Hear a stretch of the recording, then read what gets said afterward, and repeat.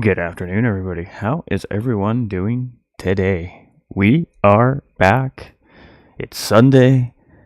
It's the afternoon, and we're all sitting here wondering how are we going to finish off our beautiful weekends. I got an answer. Pure Racing League, ladies and gentlemen. So, we're going to do things slightly differently today.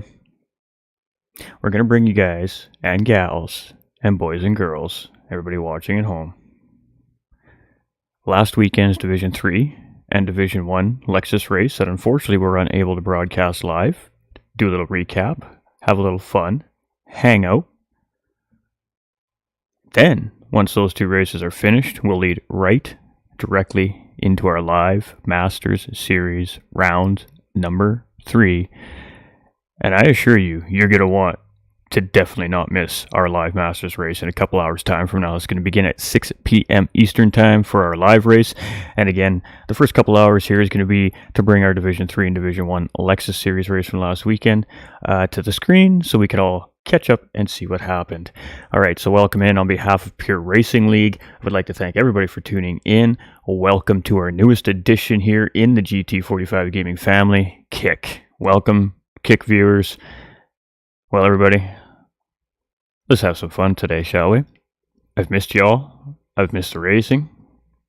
Let's see what happened last weekend in our Division 3 race. So, let's get rid of this little track loop here. It's not. The race was held at Sardinia A last weekend in, pardon me, I believe Italy. I'm a little dumbfounded at the moment. And it's a 25 lap race. It is going to be the racing hards, the racing mediums, and the racing soft tires required in this race. So 2 minimum pit stops are going to happen here today in this race. And honestly, the best driver win at this point.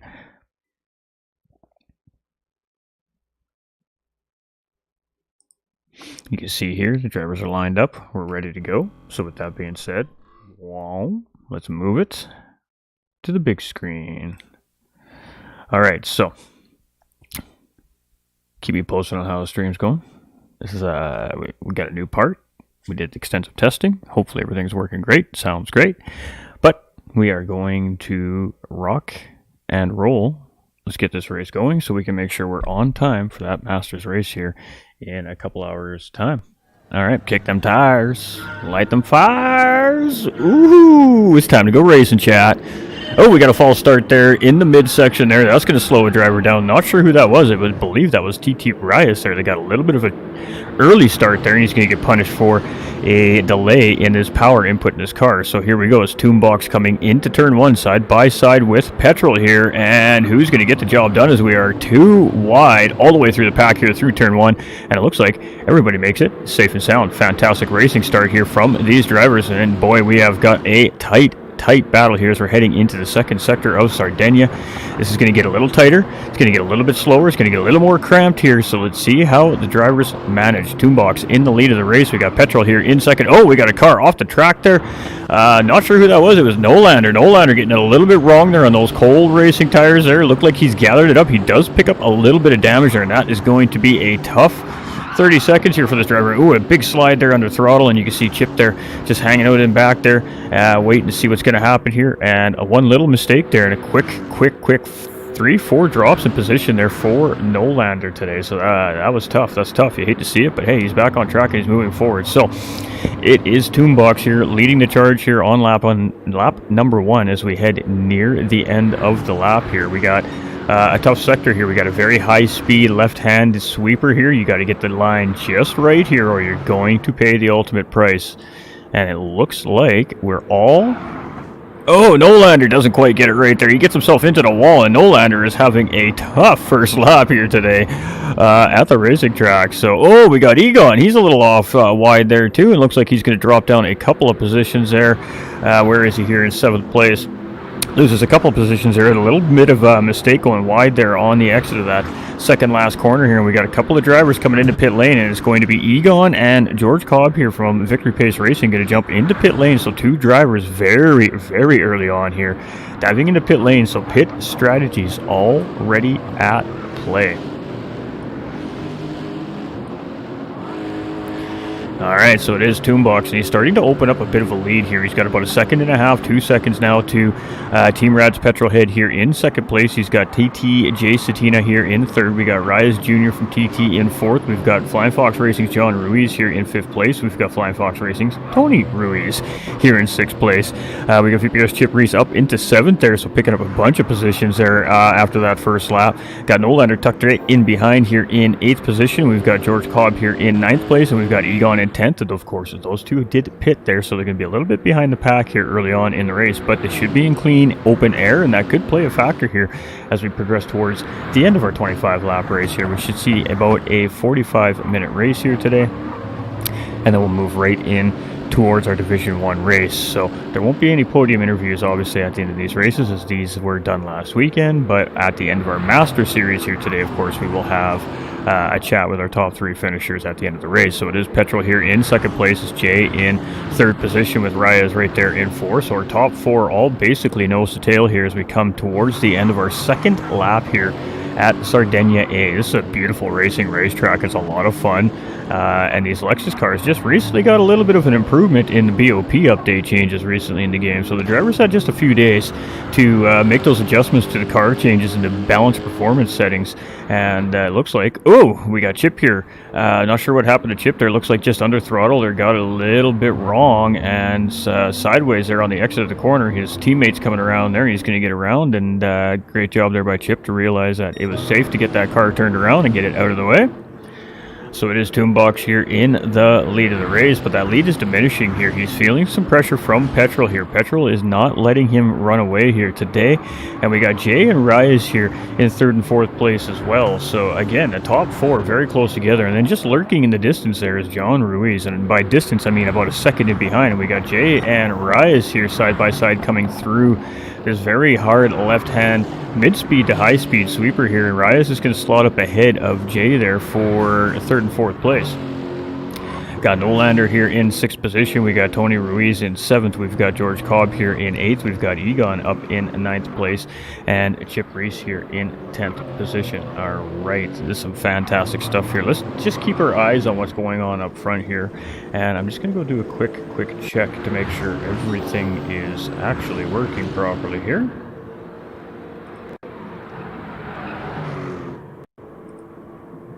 It actually appears to be the case, so fantastic. Welcome into everybody on Kick as well. First stream over here on the Kick platform today from GT45 Gaming. This is family-friendly broadcast as well, so the kids can watch. For the new viewers over on Kick, we welcome you in, and let's have some fun here with this race. So it is Toonbox here again in the lead of this race. He is our current championship points leader here coming into round 3 as well. Team Rad's Petrolhead here is in a very good position in the standings here, chasing Toonbox here. So right now, applying some pressure here to Toonbox. Now it says Velvet Thunder on the screen, but it is Toonbox. Long story short is replays don't show us their proper PSN ID names. It shows us their in-game nicknames, so they don't necessarily match up with what we're used to. I just happen to remember the PSN ID sometimes. So Toonbox here, fantastic racer, but Petrolhead's really giving him the business here as they come around turn number 4 there. You can see Reyes and Jay and John Ruiz in third, fourth, and fifth place there, all basically separated by a couple car lengths just in behind as well. So the pace is on point here, especially in the top half of our grid here today. Drivers haven't made too many mistakes, and that seems to be making the difference very early on here. So with Toonbox in the lead, he's feeling the pressure here from Petrol, and Petrol's going to take a look. Are we going to see a position for the lead, change for the lead here? Great battle side by side. Petrol has the inside line coming into the corner, and we're going to see a cutback from Toonbox. No, Toonbox is just going to settle in and be like, all right, good job, mate. Nice pass. Well done.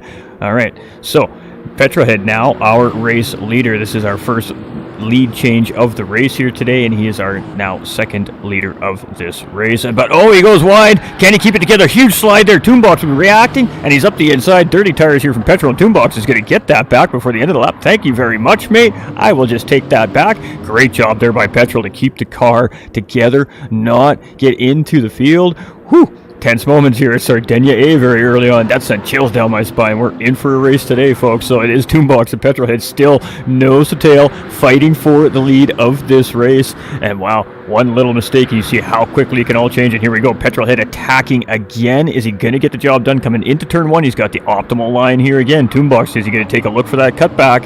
He gets a good run. Petro gets it wrong, and he's in the dirt. No, boy. Petrolhead just overdriving that car, pushing too hard. He's going to lose 1, 2, 3, 4 positions. They're battling for the lead. Now finds himself in 5th place, and he's got dirty tires. Boy, how quickly things can change. Great battling right there, though, and a mistake made. Let's see how he recovers. It's very early in the race still. Anything can happen. Anything can happen. All right, so it's Rise Jr. now taking over that 2nd place battle, and he's now applying some pressure here to Toonbox in our race lead here as well. So Raya is coming out of nowhere here, just pulling right up on our leader now, and he's just going to take right over for Petrolhead here, applying pressure to that race leader, not letting him get away. Got Jay Set here in 3rd position. He's got John Ruiz, Lone Wolf Racing, a.k.a. There it is. I knew it would come to me eventually. All over him here, and this is our defending Division 3 champion from season number 1 here as well. So lots of very good savvy racers in Division number 3 here. We've got Rad Petrol here. He's in 5th place, having a little bit of some tense battling there with the race leader, but he seems to have locked it back in, and we got something going on. And oh boy, we got Toonbox getting it wrong here, and now our race leader has found himself dropping 5 positions after an incident on the racetrack. It looked like that was a self-induced incident there as Raya's got through it looked like fairly cleanly there. So wow, oh wow, how the tides have changed very quickly here in our race today. Raya's now finds himself in the lead of this race as our 3rd race leader, and we've seen the lead change 4 times here now, and it's only lap 6 of 25, so we're only a quarter of the way through this race. As Jay said here in 2nd place, but he's got Lone Wolf Racing on the outside, and Lone Wolf's going to hang it out on the outside. He's going to get the job done. Great pass right there from Flying Fox Racing. Lone Wolf, aka John Ruiz there on Jay Set. He's going to move up into 2nd place. Jay Set's now in 3rd. He's got Petrolhead there in 4th place. We got Nolander up into 5th place here, and this driver has seemed to have locked it back in and starting to move his way back up through the field. Remember, he's already made a pit stop here for a tire change. We got Toonbox here after that spin, now in 6th position. The damage has corrected itself here as it is on the light system here in the series. We got George Cobb here in 7th place. A little bit of a gap there. There is some separation there from 7th to 6th place. He's got Tony Ruiz here in 8th place, and Egon taking a look up the inside there. And nice little battle here for 8th and 9th position between these two drivers. A little cut back there from Egon. Can't get the job done, and oh boy, woo, that was close right there. Looks like just trying to get it down on the power there and lost the back end, and Egon just slipping through without making contact, and then Egon gets it wrong coming around the corner, and he eats some wall there too. So ooh boy, some of the drivers battling with this Lexus here, and I got to tell you, after the BOP updates, I jumped in the car myself. I ran some laps, obviously, with the race with my own teammates competing here as well, and the car has gotten spicy. It is a lot of fun to drive, but with that being said, it's also a lot to handle sometimes when you're not conscious of what you're doing with the torque in this race car. And we've seen quite a few examples of it here very early on already tonight. So it is Rise Jr. here. He is leading the charge, and he's got about a 3-second gap currently over John Ruiz here. He's now opened up that gap between 3rd and 4th place here as they're battling for 3rd place right here. Right now is Jay and Petrolhead battling for the position. Jay takes a defensive line there. Petrol is looking for a cutback, but Jay defends it off there, and just a slight little touch there. No harm, no foul there from the drivers. Petrol's going to take a look, trying to see if he's going to get a reaction out of Jay Set. Jay Set holds his line, and he's going to leave it open on the inside, and Petrolhead's going to say, "Thank you very much, mate. I am just going to take that opening and drive right on through it." So Jay there, a little bit of a wide entry into the corner, and opens up the door there for Petrolhead, and Petrolhead is going to move up into 3rd place. Jay finds himself in 4th place, not panicking, still tucked right in there. Nolander chasing here in 5th place, and now do that little bit of battling there for 3rd and 4th position up in front of him there. He's starting to close in on that battle himself as well. He's got about a 2-second gap currently to that fight, and our race leader at one point in time here, Toonbox, and our championship points leader at the time, as coming into round number 3, pardon me, is now starting to close back in on our 5th place driver, Nolander, here as well. This driver's been very fast all season long. Don't count this driver out here today. We got George Cobb in 7th position. I can't quite place his PSN with the name right now. We've got Egon here in 8th. We've got Tony Ruiz here in 9th. I believe this is Black Rider, aka Black Rider via PSN. And we got Chip Reese here in 10th position. So it is Rias right now leading the charge. You can see it's about a 3, maybe 4 second gap now. And Rias seems to be closing in on one of the drivers, maybe struggling a little bit here so far today in the race. But it happens. It happens to the best of us.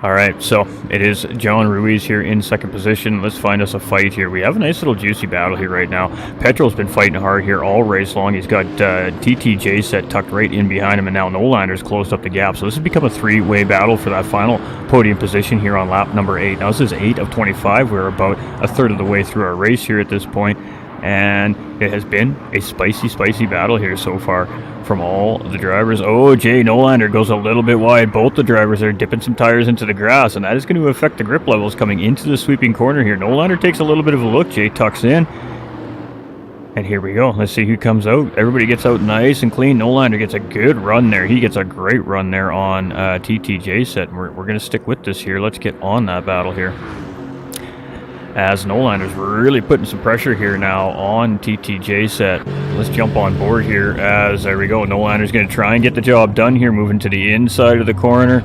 Good space recognition here from both the drivers. He's not clear yet. This is still side-by-side battling here right now, and this is a very tight part of the racetrack. This is fantastic stuff, and Jay's going to defend the position here. This is some great fighting between Nolander and TTJ set right here for 4th and 5th position, and there we go. Nolander's going to get a run. He's going to take another look here. He's got that inside line coming into the corner. Tight corner there. Huge power on Jay. Jay got a little bit loose there under the power, and that is going to be just enough for Nolander to get the job done there. Absolutely great fight there from both those drivers, and woo-wee, it is getting hot in the mid-pack here today. Toonbox is sitting there licking his chops as he sees that fight going on for almost a third of this lap, and what happens? He gains 2 seconds. Now, our once was race leader, after making a mistake early on in the race, has closed up to that 5th and 4th place battle. Let's see if he can make something happen here. We got George Cobb in 7th place. We got Egon in 8th position here. Drivers are in no man's land. These drivers have made one of their 2 mandatory pit stops already, and that is going to explain why there's some big separation there. Black Rider has also done the same. I'm not sure. And Chip Reese here in 10th place. He's had a couple of struggles, and actually our race leader just getting around him there. So going a lap down there, Chip Reese to Reyes, and it looks like John Ruiz here is closing in on that fight there as well. So let's keep rocking, and let's keep rolling, ladies and gentlemen. Let's keep this thing moving.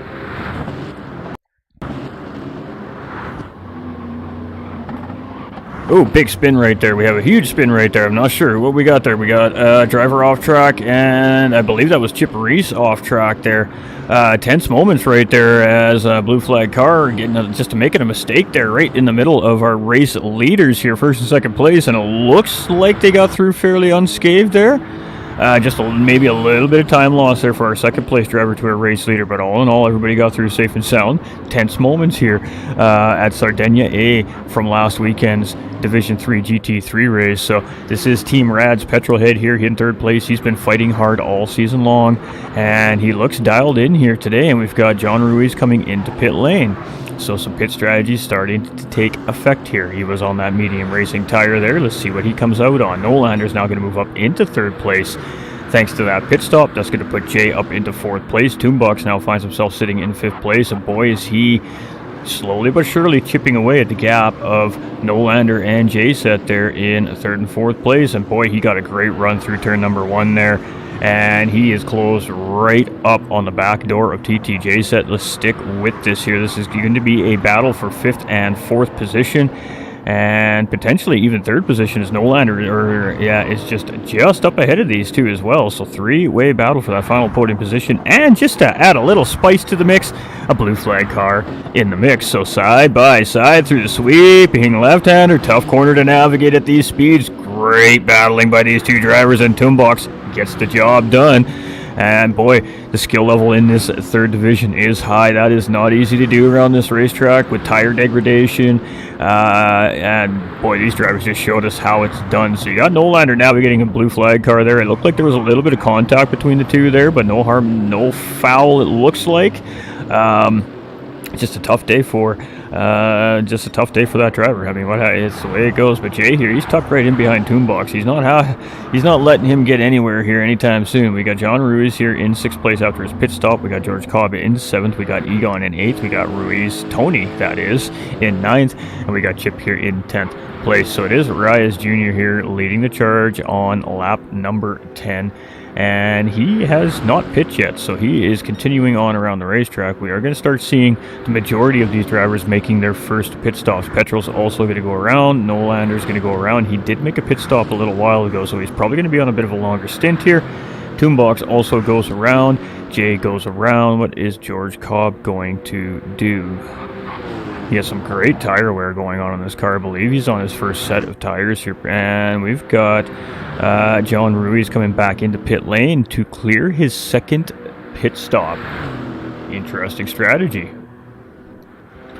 Got Egon here in 8th position. Oh, we've got Tony Ruiz getting it a little bit wrong and collecting himself back up there. He didn't have anybody around him, so definitely was not going to hurt anybody else's race there, but just a little mistake. He gets back on track and he's going to continue moving forward, and that's really what matters the most. So it is TT's at Reyes Jr. here, and he's got a pretty large gap right now over the remainder of the field. It's about, I would say, 8 to 10 seconds at the moment, based off of what I see on the radar. We don't have the live timing because this is a replay during the Masters race here later on this afternoon. Of course, we'll have all the live timing feeds so we can really be up to date with exactly what those splits are. For here, we're just kind of speculating.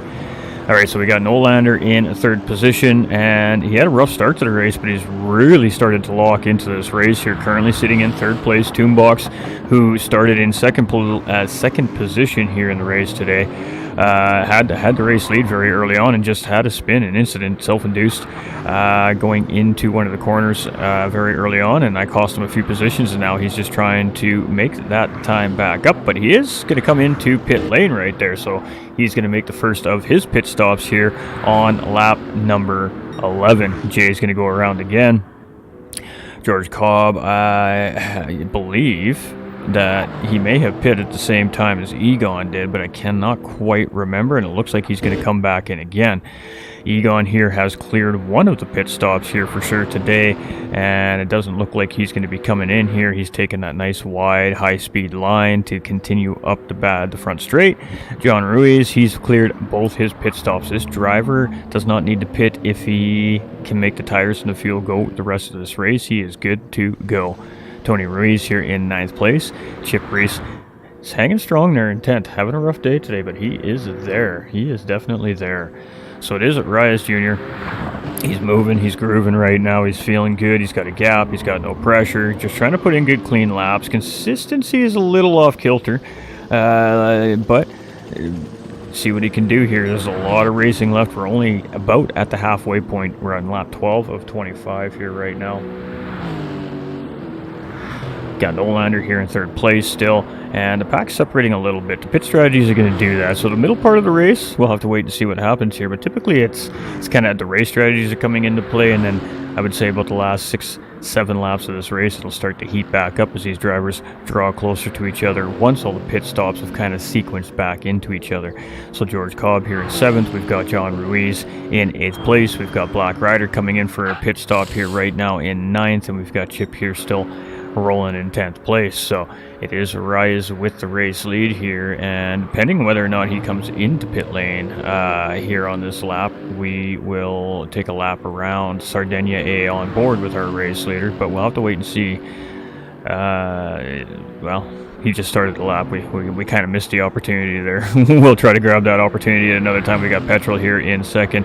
Nolander still in 3rd place. We've got Jay coming into pit lane here. We've got Toonbox coming into pit lane here. So Toonbox now looking to clear his both his pit stops. We got George Cobb in 7th, we got John in 8th, we've got Tony in 9th, and Chip here in 10th. So right now it is Reyes, and Reyes, Petrol, Nolander have yet to make their pit stops. Nolander did make a very early pit stop, so that may mean he's going to be looking to stretch a long stint here before he jumps onto that next racing tire compound. We'll have to wait and see what the plan is there for Nolander.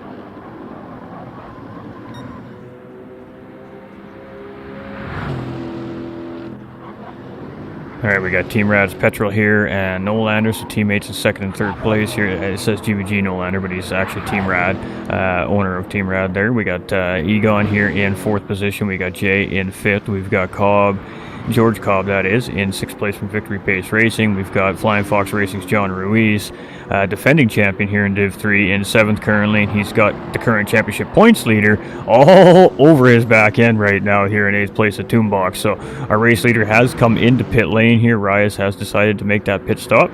We'll see if Petrol and them follow suit. Nolander does jump into pit lane here as well. Petrol does opt to stay out, so Petrol is going to take the race lead back here for the 2nd time today. And great move there by Toonbox on John Ruiz. John Ruiz really did try to get a great response coming back out on the exit there, but he just got power down a little too much and lost the back end of the car, so he's going to have to concede the position in a sense to Toonbox there, and it is battle on between these two. I mean, we got the defending champion and the current standings points leader here in Season 2 right now. I mean, it doesn't get much better than that between these two drivers here right now. So quality racing happening here from Division 3 of Pure Racing League. We've got Chip here in 9th, and we've got Tony here in 10th position. So Chip finding himself up a spot here after a pit stop from Tony Ruiz. Petrol leading the charge. He's got a big gap right now, but he is going to owe a pit stop here at some point in time in the race. He's got plenty of fuel in the tank, so the fuel is not really the concern in this race. It's most certainly the tire wear is the factor here, and will factor in kind of when the drivers are going to decide to pit. We got JSEC coming into pit lane for a 2nd time, clearing his tire mandates here as well, and it seems to be clearing that tire mandate in the middle part of the race seems to be the main part of our strategy here today. Got Reyes after his pit stop, comes out in 2nd place, so only comes out in behind Petrolhead, who has yet to pit, so he will retain the race lead once Petrolhead does make that pit stop. Nolander here in 3rd place. We've got George Cobb now up into 4th place here, so interesting. Undercut working out real good for him here right now.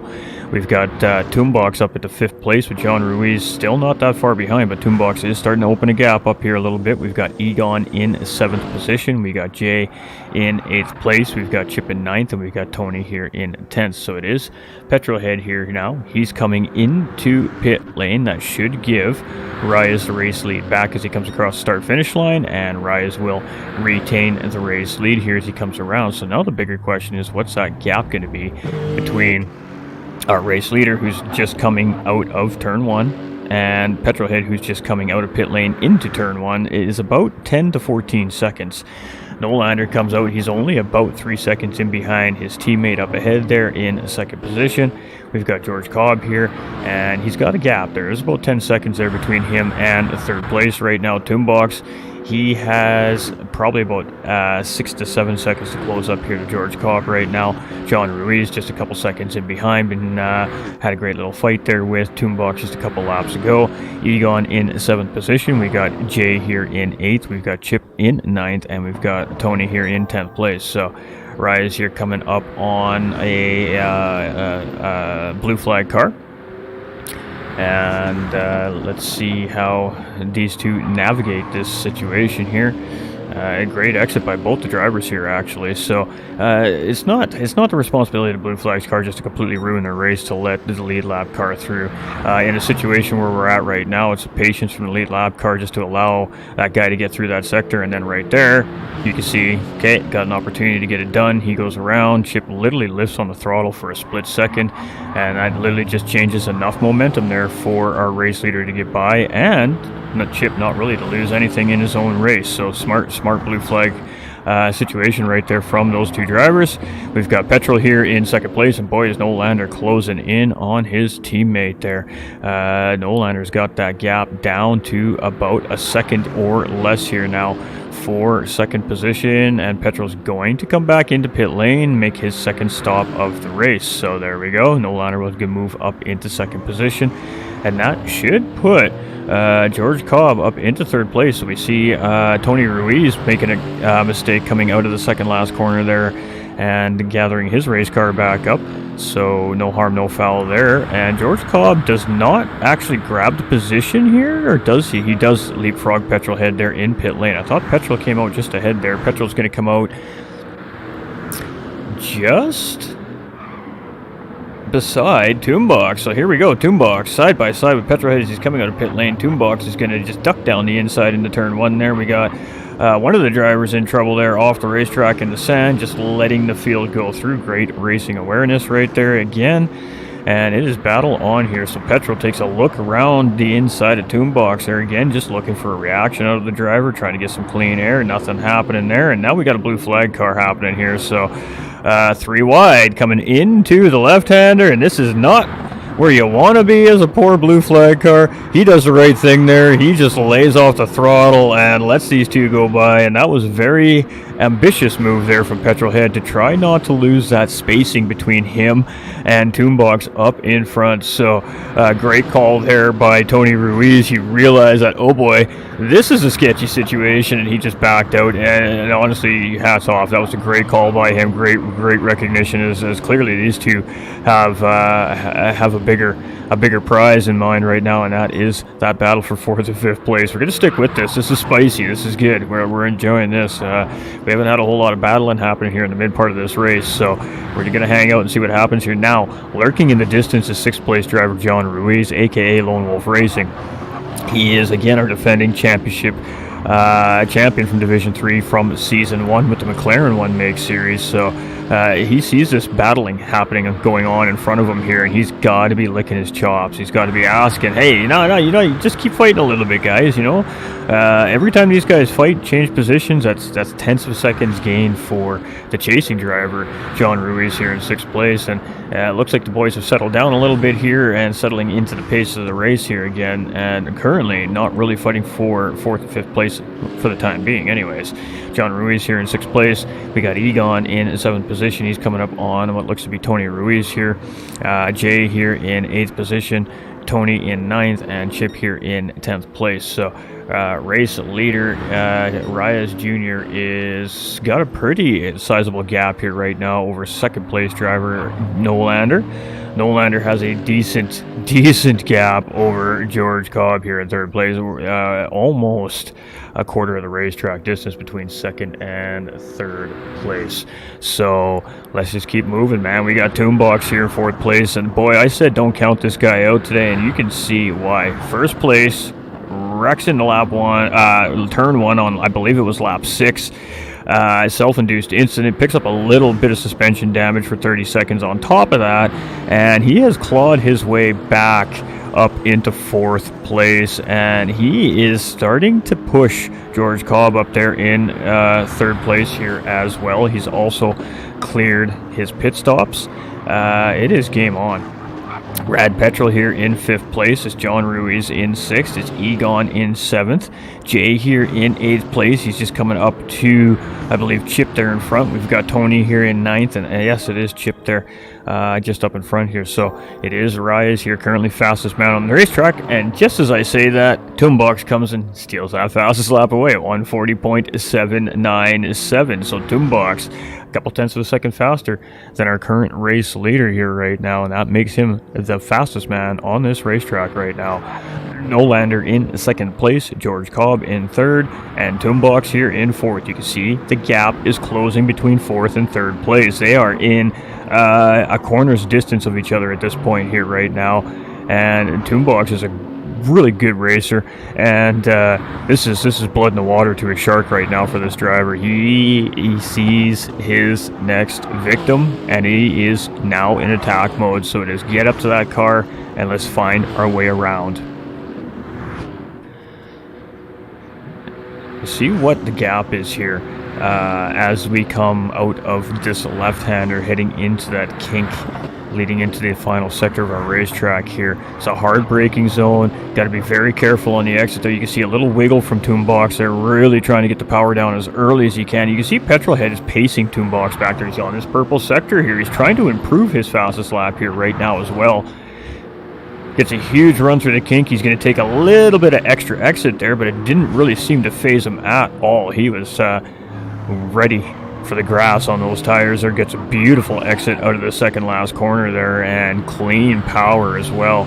And if he continues to have laps like this, he is going to chase down George Cobb. I mean, he is currently running almost a second a lap faster. So let's see what a 41.9 compared to a 140.9, and Petrol coming in with a fast lap, 140.6. This race is far from over, ladies and gentlemen. We have 6 laps remaining. We ain't done yet.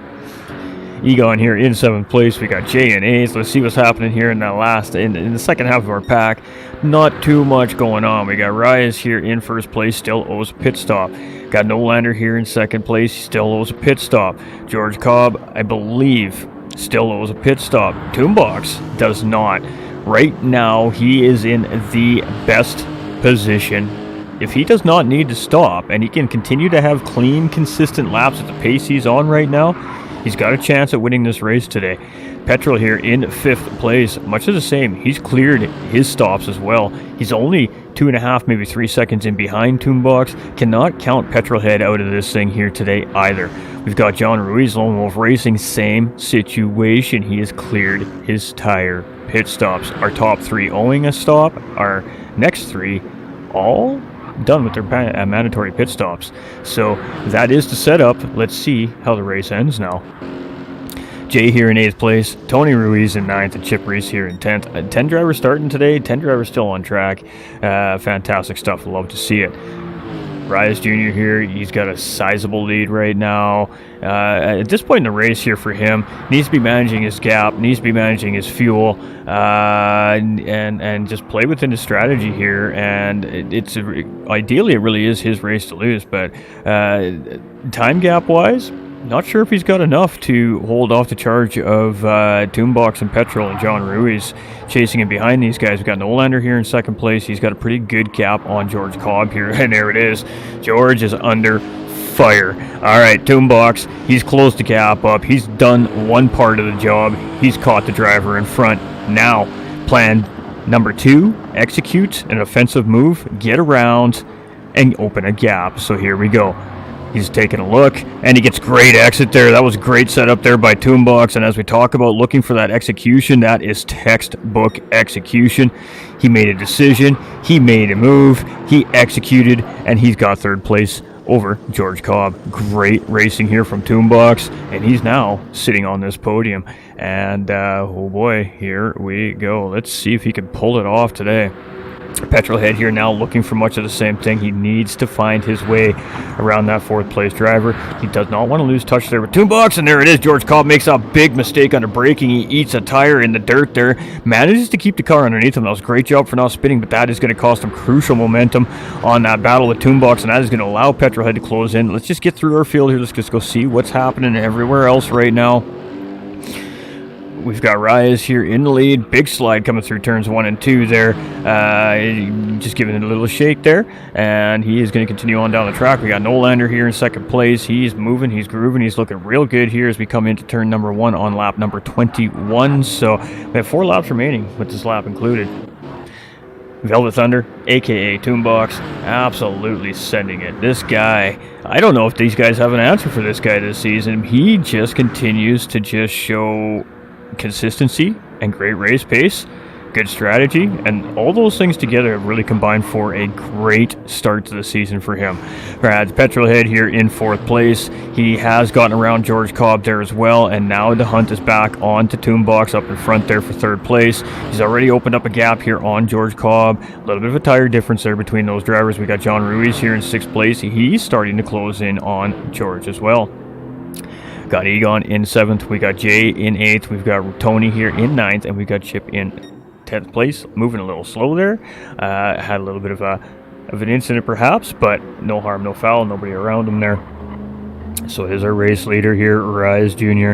She's coming through the penalty serving zone here, and going to be seeing him coming around the final corner here shortly. So coming into pit lane. So race leader in pit lane. All right, let's see what Nolander is going to do here as he comes around in second place. And I did say that I believe Reyes, Nolander, and George all still owed pit stops here in this race. So Reyes is now fulfilling his tire mandates, and he's sitting on 1% fuel here. So not in as good a position fuel-wise as what seems to be the rest of the field right now. Nolander comes through. He is going to take the race lead. So Nolander for the first time now leading this race here on lap number 22. But again, unfortunately for this driver, he still owes a pit stop as well. So Rye's going to come out. He's on that ever so slippery racing hard tire, and going to have to run this thing for 3 laps. It's going to be a tough run with drivers on warmed up, pretty decent condition, soft tires chasing him behind. So here we go. Velvet Thunder, aka Toonbox, in 3rd place. Petrol in 4th. George Cobb, in 5th place. John Ruiz in 6th. Nothing really brewing there. We've got Egon and Jay here in 7th and 8th place. So we got a couple teammates here tucked right in behind each other. And Jay closing up a pretty decent sized gap there to get back up onto the back of Egon here. So Jay looking pretty locked in at the end of this race. And we got Chip having a little bit of a malfunction in his race car there, and sliding through some grass. It happens. We've got Nolander here in 1st place, and a huge slide coming through that corner. And you can tell that the driver's feeling that pressure. You know, the lap counter's coming down. He's watching the live timing. He realizes he's got to make a pit stop yet. The pressure, he's starting to feel the pressure, and that pressure does tend to have the drivers make those little mistakes because they're overdriving their racing cars. Velvet Thunder in 3rd position. We got Rad Petrol in 4th. We got George Cobb in 5th. These guys fairly close together. Anything can happen there yet. Egon here in 7th place. He's got Jay Set tucked right in behind here in 8th place. And Jay doesn't seem to be forcing a move here, and that's pretty good team play right there. That's good team play right there. At this point in the race, the gap in front of you guys is quite large. You have no immediate pressure in behind, and there we go. You can see the drivers are just playing nice, trying to give each other lots of space, and Jay's just going to tuck right back in behind his teammate right there. So some team driving happening there for those two. We got Tony Ruiz here in 9th. We got Chip in 10th. So it's still Nolander leading the charge here. He's starting to see some red in that fuel gauge. He's got a little less than 3 to go, including the lap we're on. Reyes here is in 2nd place. The gap to the race leader is about 10 seconds, and he's on a different tire compound. But again, keeping in mind that Reyes has made his pit stop and Nolander still has to make his pit stop. So that gap needs to be a little bit larger for Nolander to keep Reyes in behind him in the pit lane. Now, Toonbox has a larger gap, but is on that soft compounded tire. You can see Reyes is just up ahead of him there. He's starting to close in. He's opened the gap up on Petrol here. Right now, his focus is on that 2nd place driver up ahead of him here.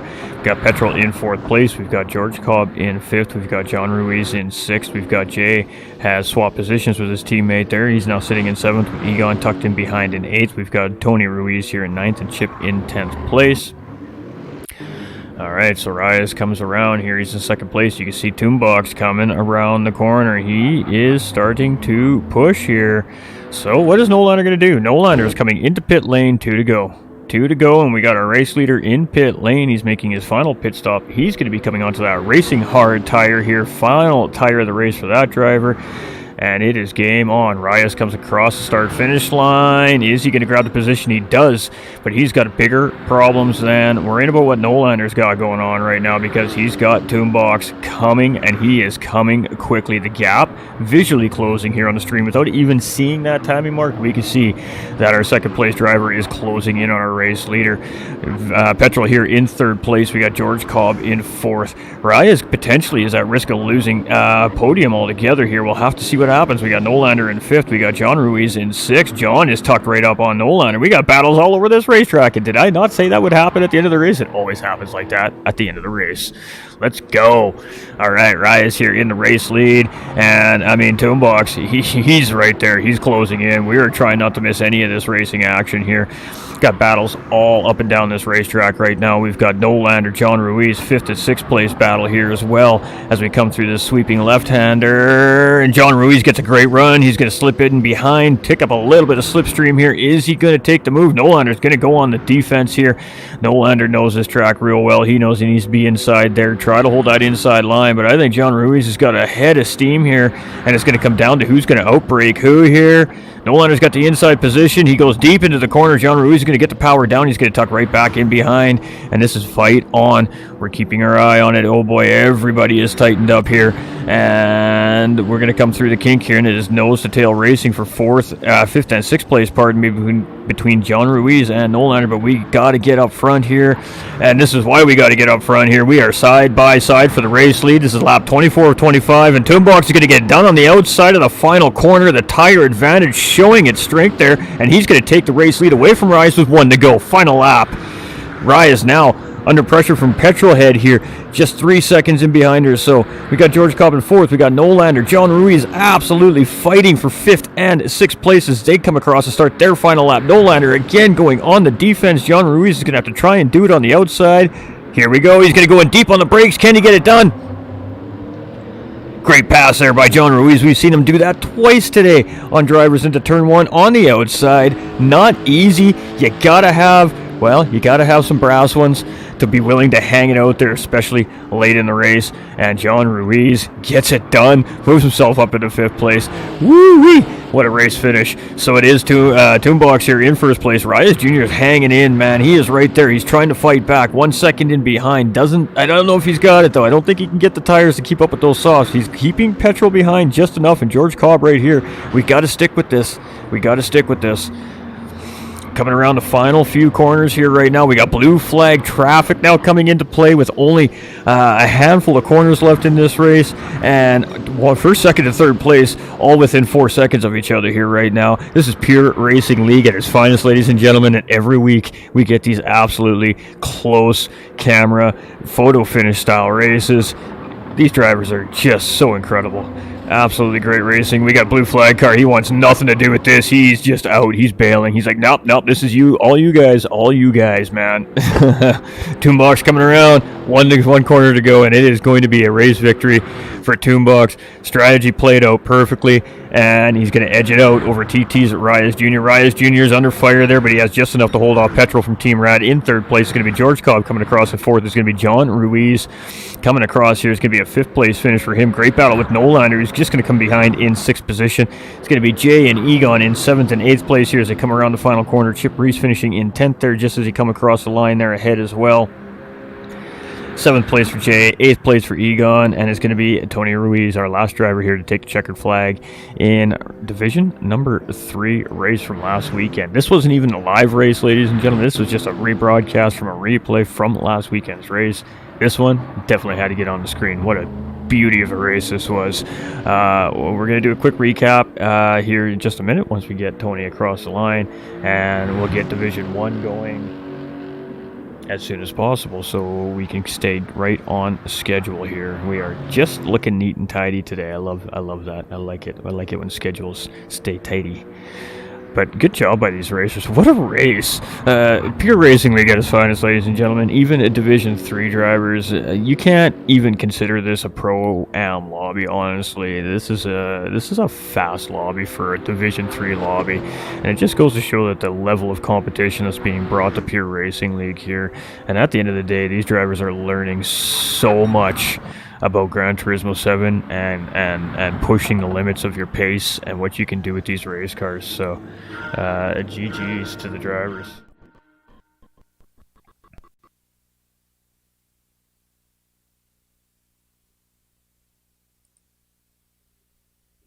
All right, so I'm just going to take a second to, of course, get that sorted out for everybody.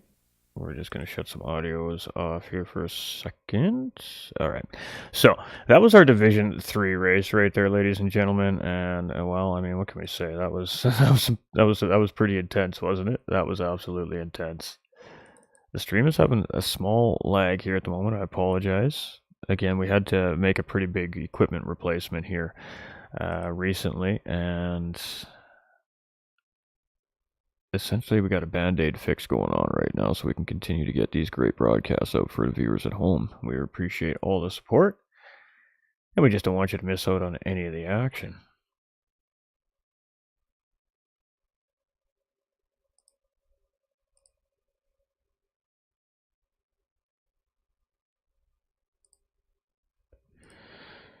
All right, so we're going to move into our Division 1 race. I just got to load it up. And then we're going to bring our Division 1 race here. So we're going to talk about Division 2. Now, Division 2 race had some tough racing conditions last weekend. They had, unfortunately, they just got, one of those lobbies that was full of net coating and just bad racing conditions. And after review of the replay earlier this morning before going live today, we have decided that the replay isn't really up to my standards as a creator, and I don't think that the replay is really going to display a proper viewing quality for you guys and gals watching at home either.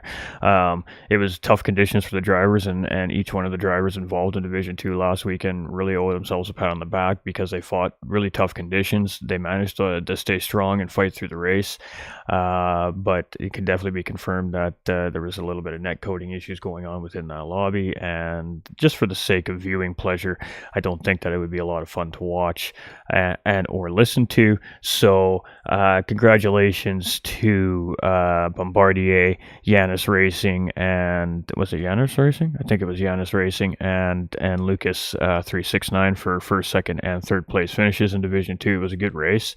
It's just unfortunately the showing quality of that race isn't going to do it any justice. So we're going to skip right into our Division 1 race here and bring this race to you. Now, this is the big boys. This is the best of the best. It's the cream of the crop when it comes to pure racing league. And not only is it the cream of the crop, but it's also some of the top drivers, not only in North America, but in the world when it comes to Gran Turismo racing. So Division 1 is chock full of absolutely blazing fast A-plus drivers, some of our very own favorites, World Tour drivers here from Gran Turismo 7. So I just hope that everybody enjoys the race because, boy, this one's going to be fast. This one's going to be fast. That's all I can say. All right, let's get it back over. The stream is struggling a little bit. I do realize that. I apologize. Hopefully everything settles down.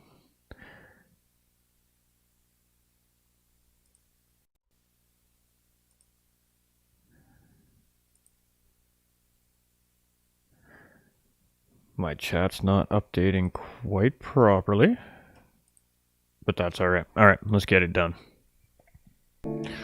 Let's get you guys up all that juicy good stuff. Kick them tires, light them fires. Let's go racing. And it's our current manufacturer's world champion, Mehdi, to lead the charge here today on pole position. Current championship points leader here in Division 1 as well. And it is battle on. So let's see what the big boys in Division 1 have in store for us here today compared to what our boys in Division 3 had in store for us here last weekend as well. So it is Mehdi in the lead, is Callan in second place, and he is side by side with Kindle. We've got Cooper. We're just going to go with the names that are on the screen. Here in fourth place, we've got Rush here in fifth. We've got Rob Heck here in sixth. We've got Legrand here in seventh place. I believe this is Jose. We've got Cyrus here in eighth place. We've got Alonso here in ninth position. I'm just trying to put PSNs. We got Camanes. I'm so sorry if I mispronounce you guys. We got Wurtzy, we got Jake, and we've got Racing Green here. So I do apologize as I don't quite have everybody's PSNs dialed in here off their nicknames, but it is Mehdi here in the race lead, and I'm not surprised to see that again. Current current reigning manufacturers world champion right now, so definitely on top of his game right now. A very fast driver, so he's in tough competition here, though. He's got some of the best chasing him right now with Callan tucked right in underneath. He's got Kindle right there. He's got Cooper just underneath there as well. The driver has been there all season long, pushing the limits of these guys. We've got Rush Racing right there in 5th place from Street Version as well. We got Rob Heck right here in 6th position. We've got Jos. Is that Jos? I don't think that one's Jos. I believe that might be the R-Lab guys. Now we got Cyrus here in 8th place. Yeah, that's not Jos. We've got Wurtzy here in 10th. We've got, we got guys coming into pit lane, and we don't have deliveries on some of the cars either. So, yeah, again, this was a day of server issues. There was lots of things going on with the servers that weren't necessarily in favor of organized league racing last Sunday, and this is just, again, another part of it. We got a bunch of pit glitches, livery glitches going on, pardon me, so... these guys have great paint jobs on their race cars, I promise you, but we're just looking at them kind of stock. Alright, so it is Medi here in the lead. It's Callan in 2nd position. We got Kindle here in 3rd, and Cooper here in 4th place. I believe this is Distinct Darkrai. There it is. I knew it would come to me eventually here in 4th position. We got Tyranno Cyrus Rex here in 5th place. We got Alonso in 6th position. We got Wurtzy here in 7th. Rush Racing's down to 8th place, and Rob Heck here into 9th place. Maybe some pit stops happening here that I just missed. We've got Legrand in 10th position. We've got Kamanya in 11th. We've got Racing Green in 12th, and we've got Batty here in 13th position. And I do believe that some of these drivers made pit stops. We got that little group there, about 5-car pack that's just separated by about a quarter racetrack from our front pack. So different race strategies here from the front half of the racing pack to our back half of the racing pack as far as that pit stop strategy goes. So it's going to be interesting to see how that plays out here as well. And we're getting some errors here.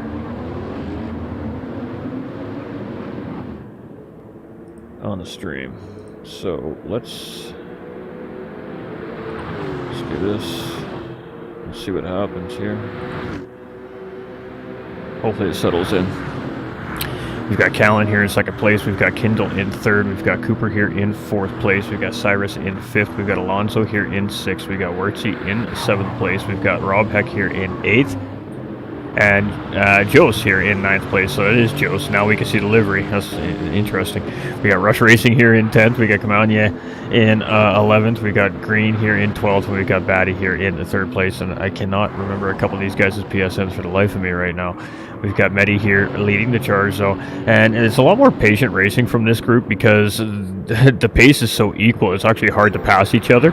So you're kind of waiting for opportunity or a mistake to be made in order really to get an easy pass around each other. So we don't see a lot of aggressive battling here from our Division 1 group because it's just it's really a different style of racing because of the pace of the group that's racing. So we got Legrand, Rob Heck, and Rush Racing here grouped up in 8th, 9th, and 10th place right now. And again, you can see nobody's really pushing the issue or forcing the issue here, but it's just sitting separated by a car length from each other to make sure that they can get their cars to react the way they want. And it's a nose-to-tail slipstream patience game right now for a lot of these drivers.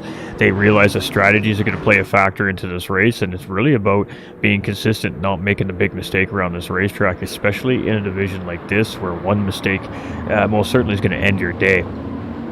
So Medi here in the race lead, and he's got that train in behind him with Callan, with Kindle, and Darkrai, Distinct Darkrai right there as well. So, I mean, the same old group here up front very early on. We got Cyrus here in 5th place right now, leading the second pack of cars here coming around that final corner.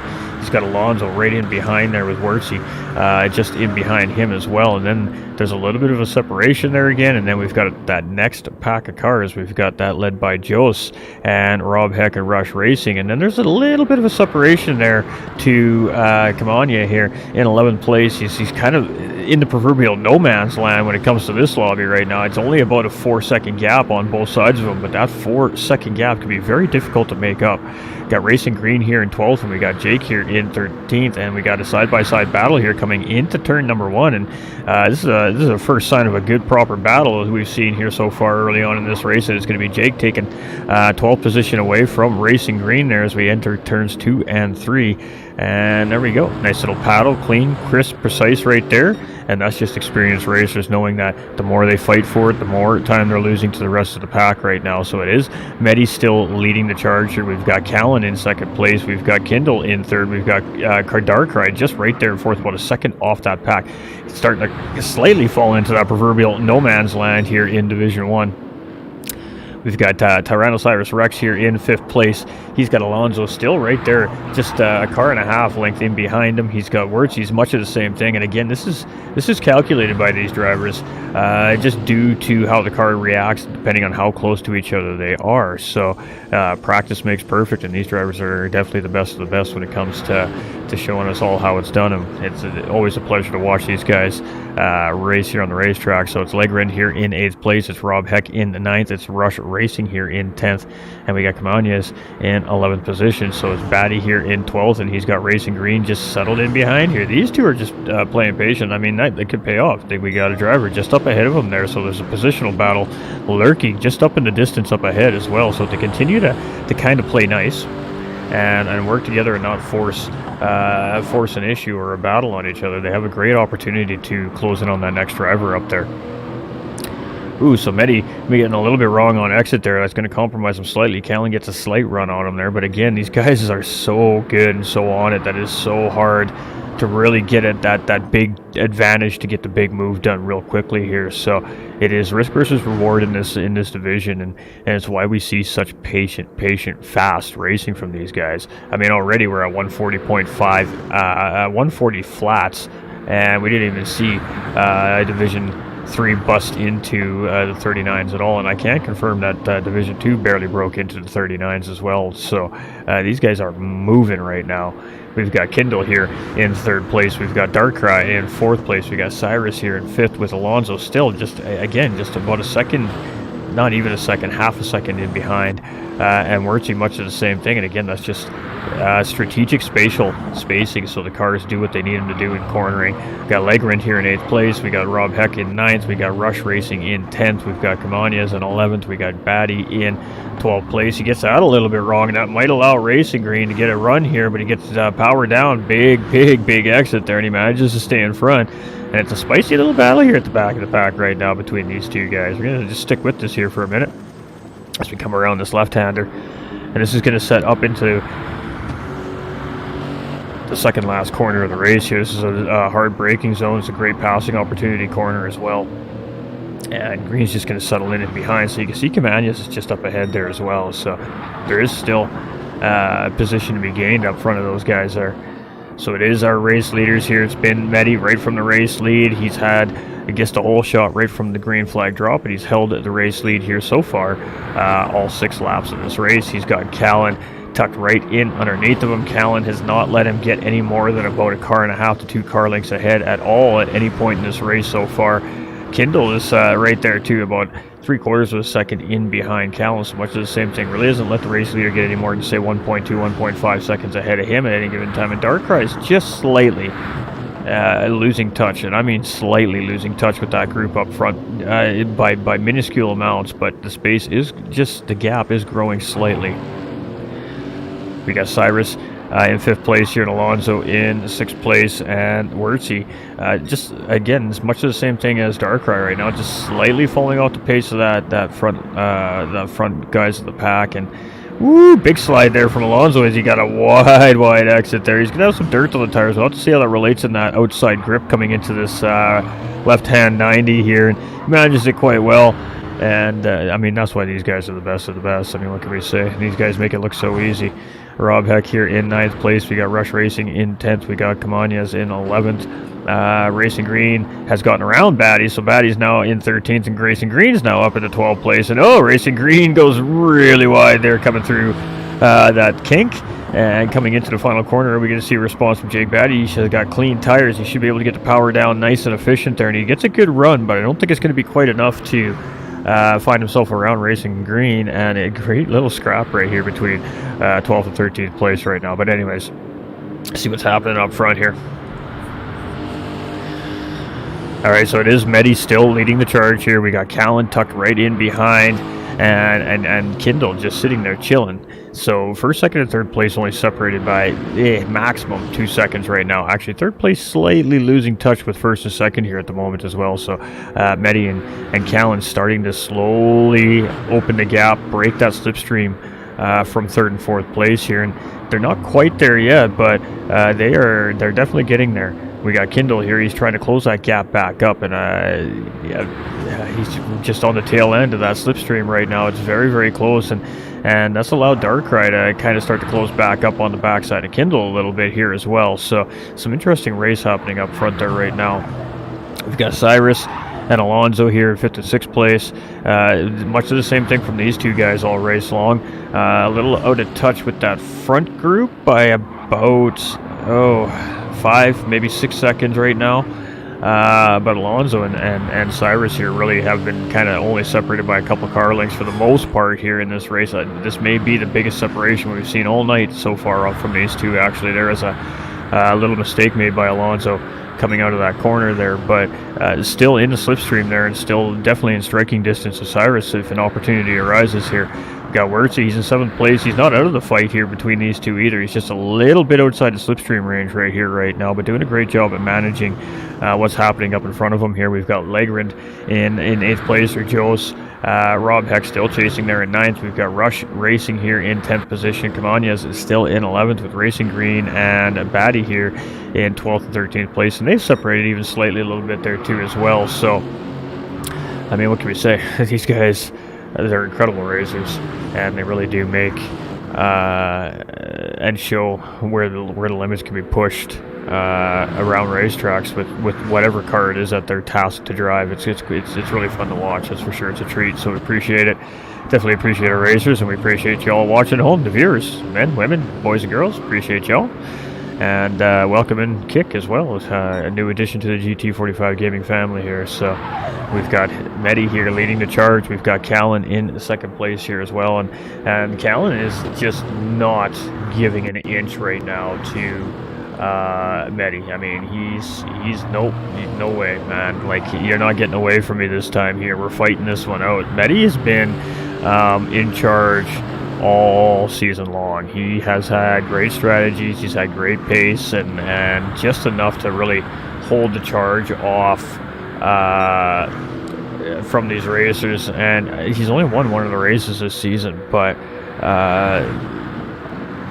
just showing why he is our current defending manufacturer's champion here right now, Gran Turismo.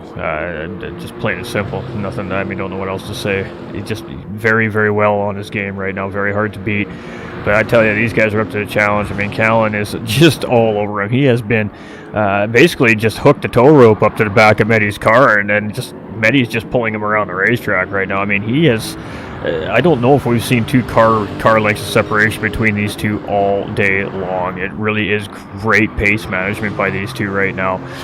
Kindle here in 3rd place. I mean, he's still right there. He's right on the edge of that slipstream, but again, he's just losing touch with 1st and 2nd place there. He's kind of not really getting that pull back into that fight for the overall race win here. He's still holding that final podium position here right now as we're getting near the halfway point of our race, but he still has distinct Darkrai here really to keep an eye on as well. You can never count these distinct drivers out, that's for sure.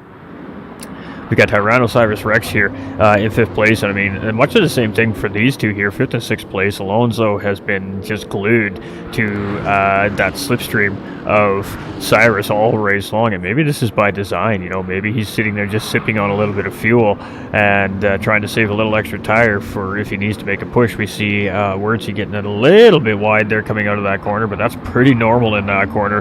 By the end of this race, we're not going to see a lot of grass on the outside of that curb. It's going to be a lot of mud from these drivers just absolutely tearing up the exit of that corner.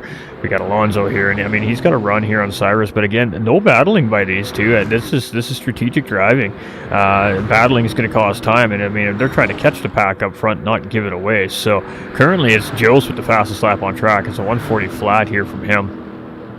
Wurtzy here on 7th place. I mean, just doing a great job at not losing touch with that battle in front of him here right now. We've got Joe's. He's in that no man's land here at the moment. Rob Heck is much of the same thing. Rush Racing spaced out here as well. We got Kamanyas here in 11th place. We got Racing Green and Batty here in 12th and 13th. And starting to see that separation, that mid-race separation that we typically see. It's not unusual to see it from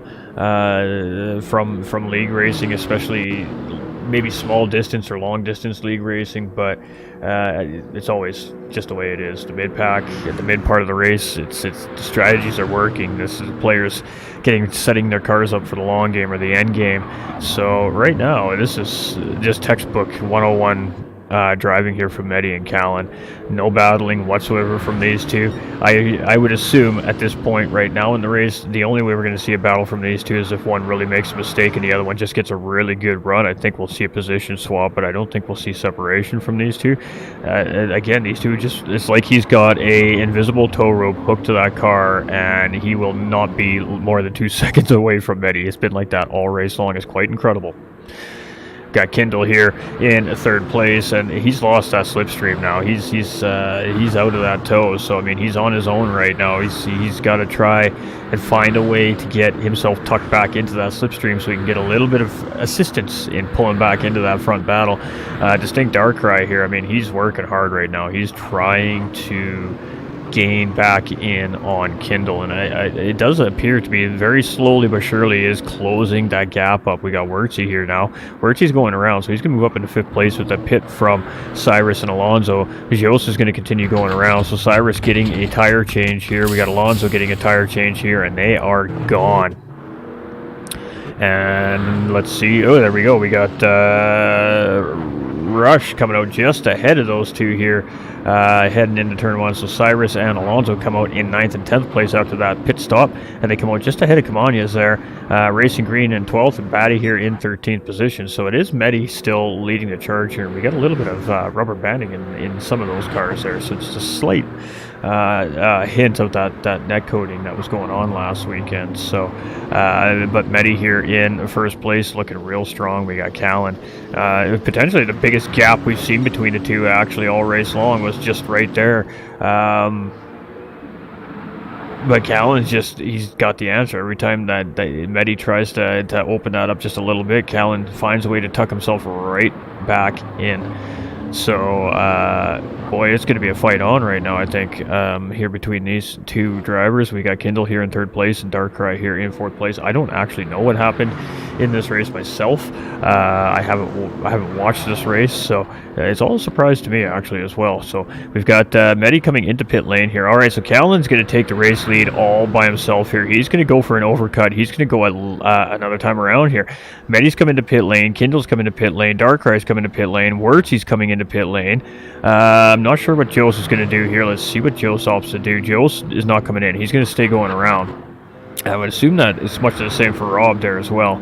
So Jose comes around and finds himself just edging out Kindle there in 3rd place. So Jose actually finds himself right in behind his teammate Medi, right out of the pit sequence there, and that puts Darkrai here in 5th. That puts Wurtzy back into 6th place. Rob's actually come into pit lane here. We've got Rush Racing also coming into pit lane. We got Cyrus coming into pit lane. Kamanyas coming into pit lane. Alonso, Green, Batty all coming into pit lane. Several of those drivers clearing that 2nd mandatory pit stop.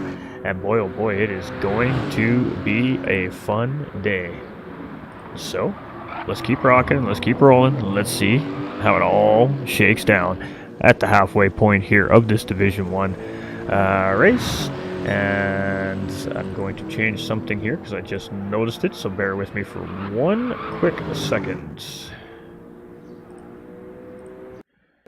There we go. All right.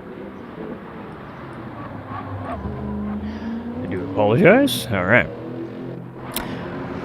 All right, so it's Medi and Jose here. They are nose to tail in 2nd and 3rd place. There looked like we've seen just a little bit of a wiggle there from Medi, and Jose checked up there. A little bit of teamwork happening here between the two drivers, and Medi has made mention of that in podium interviews previously as well. You know, they work together. They have a team strategy coming in, and whether or not they can play that out is always deterrent on how the race shakes up. But right now, they are definitely hooked up nose to tail. So we got Kindle here in 4th place. We've got Darkrai, aka Distinct Darkrai, here in 5th place. We got Wurtzy in 6th position. We got Rob Heck in 7th. We got Rush Racing in 8th. We're going to do the quick shakedown here. We got Cyrus in 9th with Alonso in 10th. And Kamanya is right on top of these guys here now. So that was good gain for him in that pit sequence. We got Racing Green and Batty here nose to tail as well in 12th, 13th. And all the action currently right now seems to be in the back half of this field at the moment. All right, so Callan here now out. We've got Jose here in 2nd position. Medi is here in 4th position, so I'm not sure what's happened there, but Callan in the lead of this race here, and he's got Jose all over the back end of him here as we head into the sweeping left-hander. And are we going to see a battle for the race lead here between Jose and Callan? So different strategies at play here, different tire compounds at play here. These guys have pit at different times in the race. And it's going to be very interesting to see how this battle now settles down in towards the end of this race or into the next pit stop sequence. Most of the drivers, at least half, still owing 1 stop here yet, it looks like. Ooh, big slide there from Callan as he comes around the corner, and Jose is just hooked up in behind him. I mean, he's moving. He's just tucked in and looking for an opportunity. Not sure. Maybe he's just chilling. Obviously, Callan's got pace. He's been pacing Medi all race long, so maybe he's just sitting in behind and chilling right now. Maybe he's just satisfied with the pace that's going on, and he's just going to sip on a little fuel, try to save a little tire, maybe extend the stint an extra lap or 2 here as he is on that soft tire, keep in mind. Distinct Darkrai now finds himself in the final podium position here as well, watching what's happening in front of him here about 4 seconds up the road as Callan and Jose are both coming into pit lane. All right, so Darkrai is going to take the race lead away from those guys as it continues around the racetrack and throws down the purple lap there as well at 139.894 there from Darkrai. So let's see where Medi comes out here. Medi's coming around the final corner right now. Callan and Jose are in pit lane.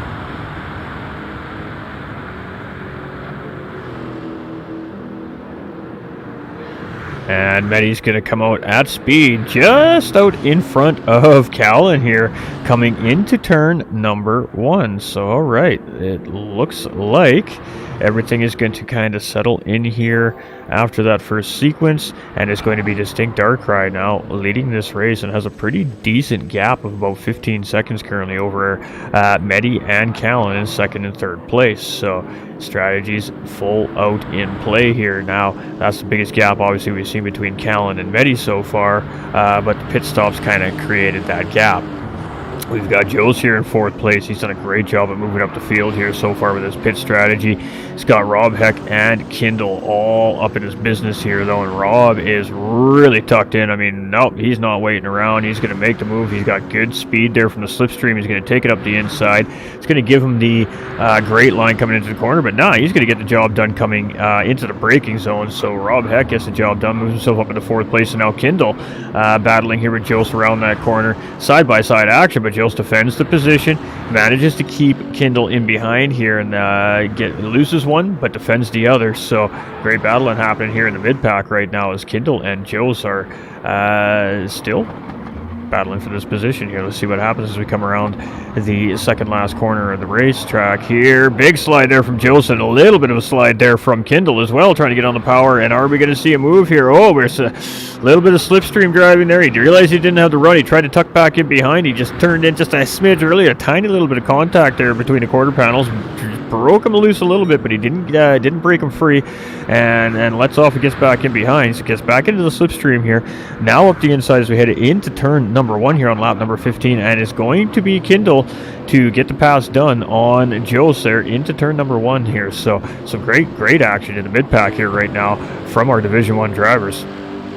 I feel like we need to sit on this just for a second longer here and see if Jose's going to have a response here now to Kindle.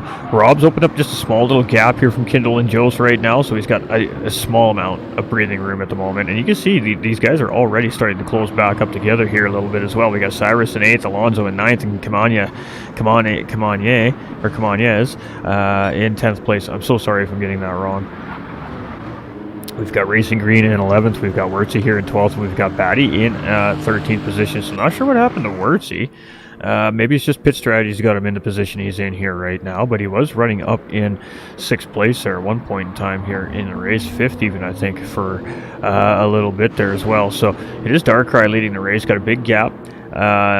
Pitts, of course, on a different pit strategy than the rest of the group here right now, and that's what's opened that gap up for him. So now it's really about getting really fast, clean, quality, consistent laps in every time around this racetrack, because he's got Medi and Callan, who are now again connected at the hip here around the racetrack, absolutely pushing down this track here. Callan is just fighting hard here. He looks great around the racetrack today, and boy, I think Medi's got to be sweating a little bit behind the wheel of that race car, because Callan, he is applying some pressure. Here we go, inside, coming into turn number 1, and you can see Medi's not going to fight that here. Still early enough in the race. He's not too concerned about that pass, but it's going to be Callan to get 2nd place for Medi there, and that was a good, nice, decisive move coming into turn number 1 there. And they're going to switch positions here in 2nd and 3rd place.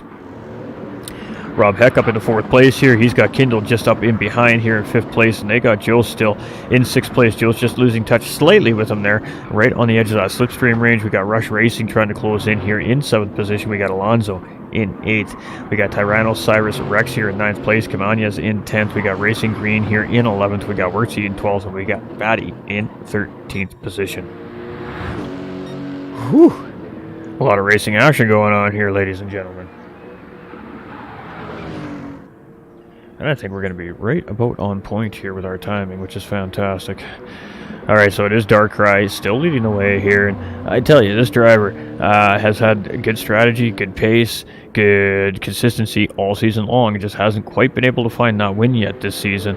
Don't count this driver out. We got Callan in 2nd place. We got Medi in 3rd. We've got Rob Heck here in 4th place. He's played strategy here and finds himself up. Oh, and we got somebody going for a ride. And boy, it's Joe's. And oh my, Rush Racing just getting around. Slight amount of contact there. And Joe's is going to... He's just waiting. He's just allowing these guys to get around, and that is really unfortunate. That's the first real large mistake I think we've seen from one of the drivers here on the racetrack. And you can see how tight it is. These cars, obviously race cars, are designed to turn on a dime at high speeds, but at low speeds, these cars do not turn. So you can see a 3-point turn in a sense there for poor Joe's there to get that car turned around without picking up damage into the fencing there. So you hate to see it, absolutely hate to see it. Great job there by Rush Racing, though, to manage to just narrowly escape getting collected there. There was a slight amount of contact there, but it didn't seem to affect anything too much for him there. So tense moment right there for Rush Racing, an unfortunate moment there for Joe's. Got Rob Heck here in 4th place, and Kindle starting to apply some pressure here. He's got tucked right in underneath the rear wing of Rob Heck here right now, and he's right there. I mean, he's not forcing the issue right now. He's not showing any signs that he's going to make a move here. You can see Rob is not thinking about defending here. He's just comfortably taking that racing line. No immediate battle happening here right now. But again, if a mistake is made there by Rob, I think that will quickly change. Got a battle. Ooh, big battle happening right here. Let's get on with this. This is a 3-way fight here. We just seen Alonso and Cyrus battling for position there. Cyrus was in 8th position. Looks like he's just got 7th position back from Alonso there. And it's unfortunate we missed that battle here. We just caught the tail end of it there, but looking a little scrappy here in the mid-pack right now. So let's just stick on board with this here for a second. Great run there from Alonso, almost pushing Cyrus through the corner there. You got such a great run through the corner there. And then you can see Camanya's in behind, just trying to get the power down, trying to get the run here, and just breaking a little loose there. So that actually cost him a slight amount of momentum on those guys, but he's in the slipstream here, and he'll be right back into this fight coming into turn 1 here on lap number 18. So it's going to be 7 to go, including the lap we're on here as these drivers come around. And there was a little bit of a bump draft right there, actually, from Alonso on Cyrus. So instead of battle mode, they've gone back into driving in a straight line mode here. Well, for the time being, that is anyways. This could most certainly probably change here before our race is over here today. So Wurtsy here in 10th place. We've got Green here in 11th. We got Batty in 12th, and we got Joe's here. And after that accident there, it looks like the car is in pit lane being assessed by the pit crew there. So that crew taking a look at that car. We did obviously see a huge, well, we didn't see the hit, but we definitely heard a car sliding and coming across the racetrack there, so we can just assume that there was some contact made with the wall there, and looks like that crew is assessing the damage on that racing car, and that's unfortunate there for Joe's, but it is this battle between Callan and Medi here right now. Callan has got about a 2-car length gap on Medi here right now, currently on lap number 18, but right now it's Distinct Darkrai leading the charge here today, and he is doing a great job up front right now. That gap is, well, that whole front straightaway right now between him and Callan and Medi in second and third place. So I believe that Darkrai owes a pit stop here still at some point yet in this race. I believe 1 tire compound still required there, so he does need to most certainly manage that gap, because I believe he's going to need about 22 seconds or more to keep Callan and Medi from leapfrogging him coming out of pit lane. And there we go, a great battle happening between Rob and Kindle there, and Rob's going to get the position from Kindle coming into turn 1, but Kindle obviously got the position from Rob here somewhere leading into that, as well as Rob was up in 4th place last time we were on these two drivers. So a little bit of battling happening here between Rob Heck and Kindle right now, aka Sosa, and pardon me, and well, good little scrappy fight here between these guys. So we love to see these little individual battles happening on the racetrack. It's beautiful. Rush Racing kind of in that proverbial no man's land here in Division 1, and then there's this pack here: Cyrus, Alonso, Camanhas. They've been playing pretty nice for the most part in this race, but now as the race is winding down, the drivers are realizing that potentially the positions to be gained are becoming minimal at this point. Now, with that being said, Rush Racing is just up ahead of these guys by about maybe 6.5 seconds right now, and that might be enough to keep them playing nice for maybe 3 or 4 more laps, but at some point this battle is going to kick off, and these guys are going to fight for those 3 positions. Got Wertzy here in 10th place. He's under a little bit of pressure there. Racing Green under a little bit of pressure there from Batty. In 12th, 13th place have been battling pretty good here all race long too as well. We caught a couple of great moments there from the drivers. So it is Distinct Darkrai here leading the charge, and it seems like that gap is actually kind of dwindling right now to Callan and Medi here. So we'll have to wait and see what happens when this driver decides to make that final pit stop. And I believe this driver's on the medium soft hard tire strategy last weekend here, so I do believe that we'll probably see this driver make a final lap pit stop for a 1 lap hard tire run, and that's just an educated guess, but I would assume that's what we're going to see there. Got Callan in 2nd place. You can see Medi we're still right there. These two are so equally paced here in this race. It's quite incredible that they're still stuck nose to tail here right now around this racetrack. It is Medi, though, with the fastest lap on the racetrack, and it's a 1:38.986. So there we go, seeing a 38 dropped here in our Division 1 lobby, and that's a good time. It's a good time around Sardinia. It's an incredible time here, especially post-update. So we got Rob Heck here still ahead of Kindle. Kindle is right there, though. He's tucked in. I mean, he is right underneath the wing of Rob Heck here. So Rob, there's no safety net here. This is fight on, and especially as the laps continue to tick down every time they cross the start-finish line, the intensity of these battles starts to pick up a little bit more as well, right? Especially when these drivers realize that there is no forward position to gain up beyond where they're battling. That's when we're going to start seeing things kick off here. But again, these guys are also very fast and equally paced. It's very hard to gain an advantage on the guy in front of you. You really got to use an attack strategy to make something happen sometimes. We got Wertzy here in 10th place. We got Racing Green in 11th. We got Batty here in 12th. So it's going to be Darkrai here, and it does seem like that gap is just dwindling bit by bit. It's not significant, but it does seem like that maybe a second or less a lap here right now. But that gap's definitely closing. I mean, Callan and Medi are just on a different level here today right now. Both these drivers have cleared their pit stops as well, I believe. So There's not going to be another stop out here, I don't think, from these two here in this race. We've got Rob Heck here in 4th place and Kindle in 5th, and I believe these same situation for our 4th and 5th place drivers here. They've cleared all their tire mandated pit stops here as well, and they are now just on the charge to the checkered flag here as well. Fuel appearing not to be an issue for most of the drivers here tonight.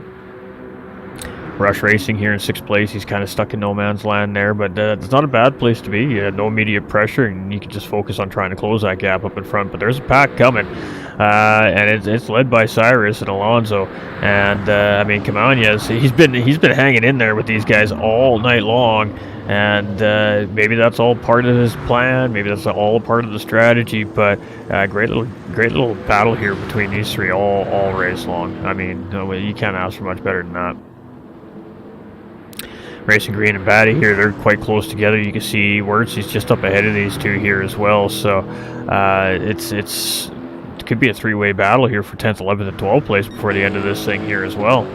But it is Darkrai right now leading the way. We're on lap 22 of 25. We're just starting lap 22 of 25, so we're about 2 2/3 laps remaining here in our race for Division 1. And again, this was done last weekend. We're just bringing a recap stream for everybody so everybody can get caught up on what happened here from our GR3 series in round number 3. We've got Callan in 2nd place and Medi here in 3rd position. And I mean, fastest man on the racetrack, but still behind Callan in 3rd place right now. We got Rob Heck here in 4th place, and Kindle still tucked in underneath that rear wing there in 5th place as well. At some point, are we going to see an attack? One more attack here from Kindle on Rob Heck. I guess has to be determined yet, but time is starting to count down. Rush Racing in 6th place. We've got Tyranno, Cyrus Rex here in 7th position, and Alonso, he's right there. And I mean, Alonso's been playing extremely smart and safe and calculated all race long. He has been sat in behind Cyrus for probably 95% of this race, and if anybody knows where a job where he may be able to pass Cyrus, is going to be him, because he's literally been observing Cyrus all race long, just sitting in behind him, watching his braking points, watching his turn-ins. So it's going to be interesting to see if he tries to make something happen there before the end of the race here. Just keep rocking and rolling here as we come across on lap 23. It's 3 to go, including this lap, pardon me. It was 4 to go last time. Bad commentator. All right, so Darkrai is still going, and I think our theory is right here. I think we're going to see that last lap dash into pit lane from that driver. We got Callan and Medi here, and I don't know if he's got the distance on these two to, again, like I said, just to keep him in behind when he comes out of pit lane here. I think it's going to be very close.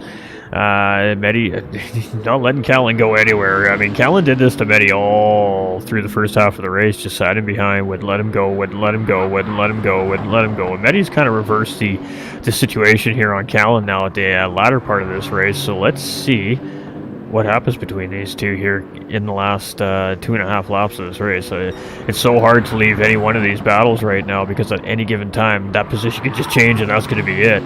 But right now it looks like Callan's in control, so let's go for it. There we go. Kindle has managed to make his way around Rob Heck, and just as I say that, we miss a position change. But it is Kindle now up into 4th place. Rob Heck here in 5th position. Now he is tucked in underneath the wing of Kindle, and we were wondering when Kindle was going to try and make that attempt to get the job done again. The bigger question now is, was it too early? Because there's still a couple laps of racing left yet here for Rob to trying to plan an attack and make something happen to get the position back on him here. So currently right now, nothing quite happening. We're going to stick with these two here as we get through the kink here, though, because a little mistake from one of the two drivers and I could very quickly change how this shakes up. And we do have somebody in trouble here. I heard a car in trouble. Not sure who it was. We got Batty and Racing Green side by side here in 11th to 12th place. Batty trying to get the job done. Green defending the position here, and it's just kicking off all over the racetrack here. We got Darkrai out in front. Callan and Medi are still nose to tail here. Let's sit with this coming into turn 1 just in case Medi is going to take a look here. This is lap 24 of 25. We are 2 to go here. A little less than 2 to go now. We are closing out this race real quick. We've got Kindle defending against Rob Heck coming into turn 1. Naturally, that's what you'd expect to see. And Rob is going to take a little look there for for a cutback, but he had to check up as there was still rear end of Alexis in front of him there, and he's just going to have to readjust and look for another place to attack there. We've got Rush Racing here in 6th place. We got Alonso's got the job done, so there we go. We were wondering when the attack was going to come. It looked like it just happened in turn 1 there. Alonso's going to move up into 7th place, and now Camones is attacking Osiris here for 8th place, pardon me, but great defending here right now from Osiris, but he's going to give up the inside line coming into this hairpin, and oh boy, we're still side by side there, and Camones is just going to get the job done. Osiris is going to find himself down 2 positions here with 1 2/3 laps remaining, so let's see how he responds to that. And oh boy, we got this battle here for 11th to 12th place as well. So we're going to see Darkrai come into pit lane this time around. He has no choice if he wants to clear those tire mandates. We got Callan and Medi here in 2nd and 3rd place, and this is starting to kick off. I mean, Medi has closed up. He has taken that car length gap, and he's like, nope, we're going to put a piece of paper in between us here now. So here we go into the corner. Is he going to get a run here? You got a great tight line through there. He's using that slipstream. He didn't quite have enough. Callan's going to hold off the charge here, and it is game on. So Darkrai in pit lane. Where's Darkrai going to come out in relation to Callan and Medi here? And it is all coming down to the final lap. 1 to go, ladies and gentlemen. We're side by side. Callan and Medi battling for race lead here. Darkrai is going to lose out in pit lane here, and Callan's going to be on the defensive line. Medi's going to hold it on the outside, and oh, big slide there. A little bit of contact between the two, and we're still racing side by side here. Medi's going to tuck right back in behind Callan. That slide did cost him a little bit of momentum there, and that was an advantage to Callan. And he's just going to find himself back in front here, and this is where we're sitting. I mean, good God, here we go again.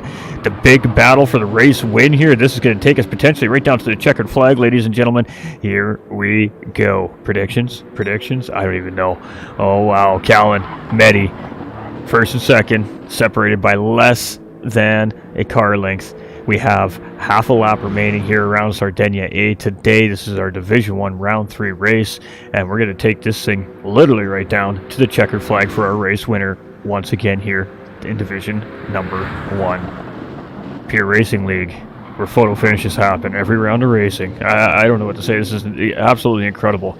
Oh, big slide there from Medi. Big slide there from Medi, and that is going to probably be it. That might ruin the charge. I mean, he somehow manages to keep incredible pace with that huge slide behind Callan, but Callan has broken up that gap as big as it's been here for the last dozen laps in this stint, and Medi's giving him a charge here. Medi is giving it everything he's got there. That mistake was not what Medi was looking for, and I think that's going to be enough. I think Callan is just going to be able to hold off Medi, and Callan is going to take home a race win here in round number 3.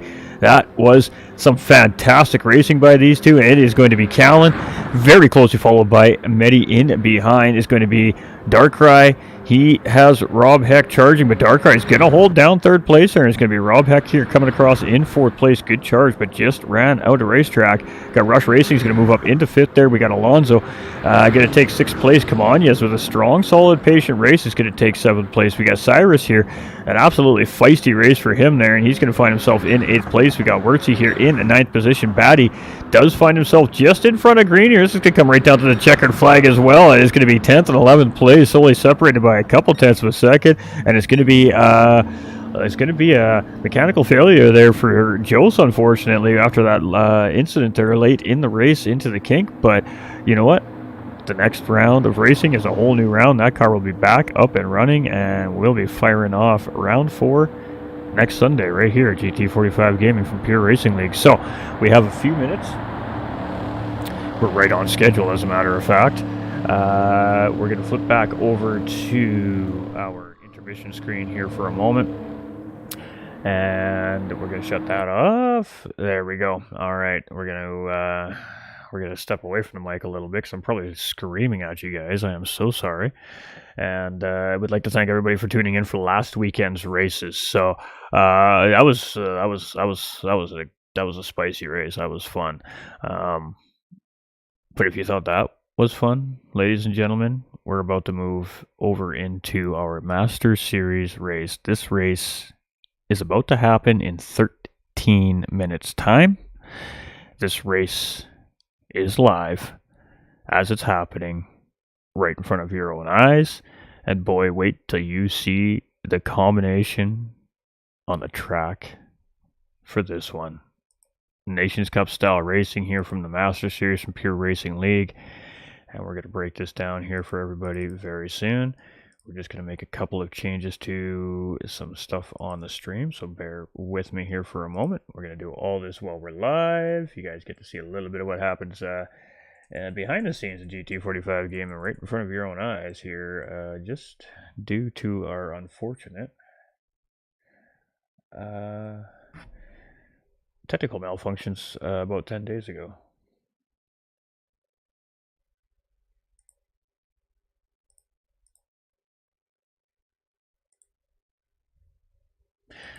Now, the irony in this is the drivers are racing at Sardinia A today as well in the Master Series. So we're going to see the same racetrack, but we are going to see a much different car.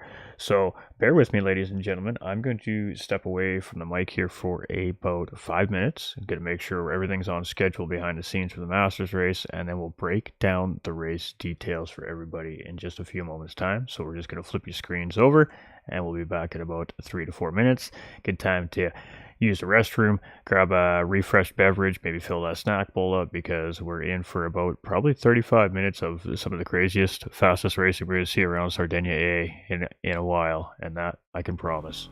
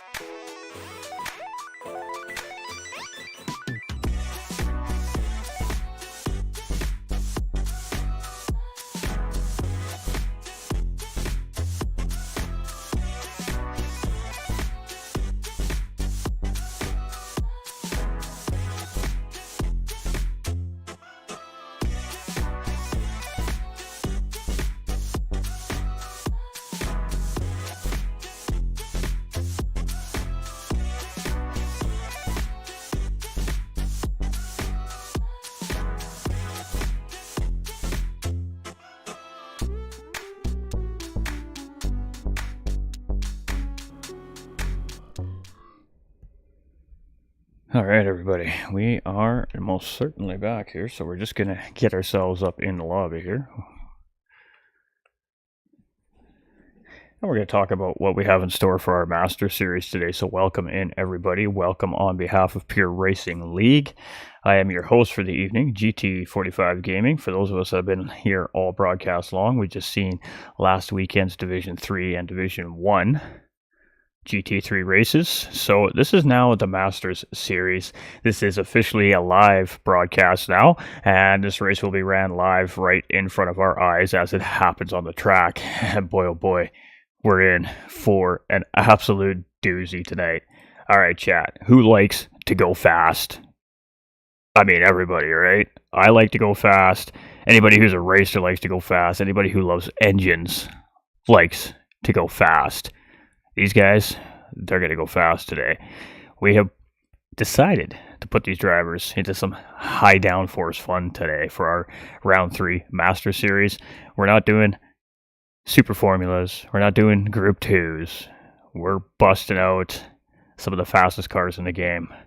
We are going to be racing the Tomahawk Group 1 VGT. This car is crazy fast, crazy amount of grip.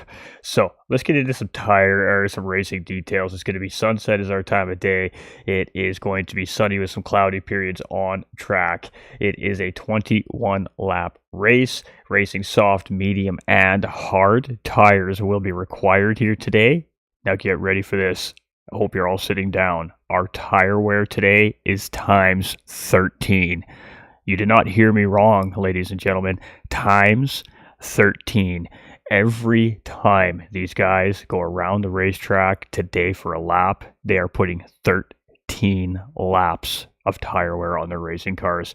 And the fuel consumption is going to be 3 times fuel today. Tire wear, absolutely off the charts, incredibly tough. Going to be a very difficult race with these absolutely crazy fast cars. Our refueling speed is 3 liters per second, and it's going to be a 5-minute qualifier with tire and fuel turned off. It's going to be a fast race. It's going to be a fast race.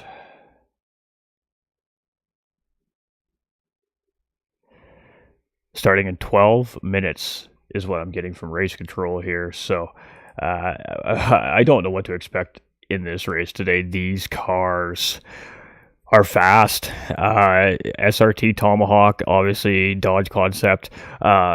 These cars defy the rules of racing cars. When we talk about Group 1 class, we think about LMP1. We think about our typical Peugeot 908s, our Audi R18s, our hypercars, our McLaren, the Toyota GR10 that's available in the game. Cars like that. This car blows those cars out of the water. This car blows Super Formula cars out of the water. This is going to be an absolutely crazy race. All bets are off here. These cars are very fast. It's going to be tight quarters in certain parts of this racetrack.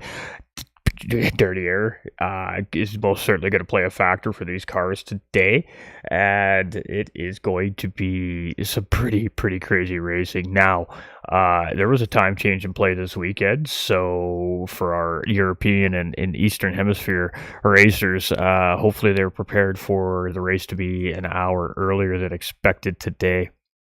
It looks like we just had a late driver jump out of the track due to a similar reason. So that's why we're seeing a slight delay in race start here today. Is just to allow those drivers a little bit of time to get warmed up and get on track and have a fair fighting advantage in the race. So it is time change weekend, so don't forget to set your clocks ahead before you go to bed tonight. Here in North America, when you wake up tomorrow, we're going to be a little bit extra tired because we've lost an hour of sleep.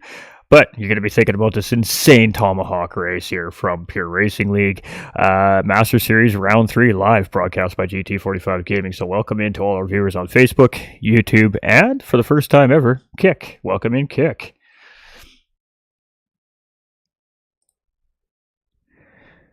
Something new here, trying it out, seeing what the platform looks like, seeing how it feels out, and yeah. So don't forget to like and share this out for us, ladies and gentlemen. This is live. This is going to be happening as it happens.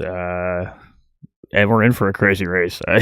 We're just in for a crazy race. Tire mandates here from Pure Racing League are the racing tire needs to touch the track surface. So you can start a lap on a hard tire. You can pit at the end of lap 1, take a medium tire. You can pit at the end of lap 2 and take a soft tire. And then you can pit 3, 4, 10 times if you want, for as many tires as you want after that. As long as you use each type of tire compound for at least an out lap or an in lap, you are good to go here. So the tire just needs to touch the track surface is how we clear our tire mandates here at Pure Racing League. So it comes down to strategy. It comes down to what the drivers feel most comfortable with on what tires, depending on, of course, the combination. Today, an insane combination. Sardinia Road Track A with the SRT Tomahawk VGT Group 1 version racing car.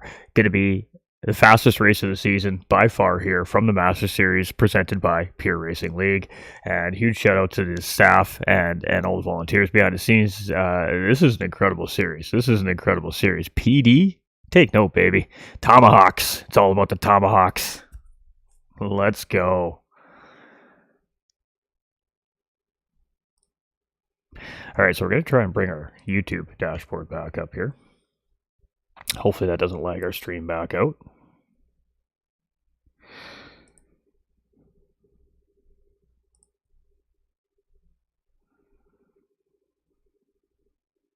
Because my chats are not working on my software today, so I'm having to kind of monitor things slightly differently. And if things sound a little bit differently or look a little bit differently than you guys are used to, I do apologize. We're on a temporary fix as far as the stream goes. We had a breakdown just before last weekend, and we've had to band-aid the problem so we can get back to doing what we do best, bringing great racing action to everybody on their big screens at home or their computers at work. So we're glad to be back. We're sorry for the delay, but boy, we're excited about this Tomahawk race today from Pure Racing League. This is going to be fun. We've got some reserve drivers up in the grid here today. We've got our regulars in the field here today, and I honestly don't even know who has the shot at winning this race today. These cars are just something special, and that's it. I mean, I don't even know what else to say. They're just something special.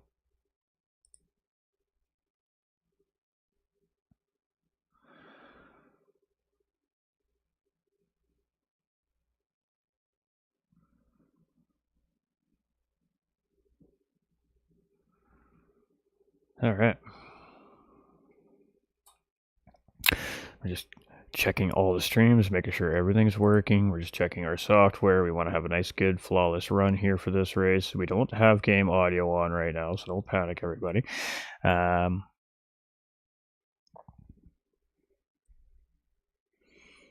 we're rocking and rolling. We're definitely getting ready here. I'm just waiting for the word from race control that we're going to be starting qualifying, and once qualifying conditions are underway, we will bring that action to you, lovely viewers watching at home or wherever it is you may be viewing from. Of course, that is with technology nowadays. Really, we can view from pretty much anywhere in the world if we wanted to. You could be standing on the top of a mountain and watching your favorite live streamer. Reception pending, which is fantastic. So appreciate you all, and I can't wait to see what happens here today. So we've got Robbie Heck on track. We've got our manufacturer's champion on track, Medi. We've got VQS Risky in the house here today. We've also got VQS Holman in the house today. We've got SV's Paymay in the house. We've got ERA's Jakey in the house. We've got Lucas 369 in the house.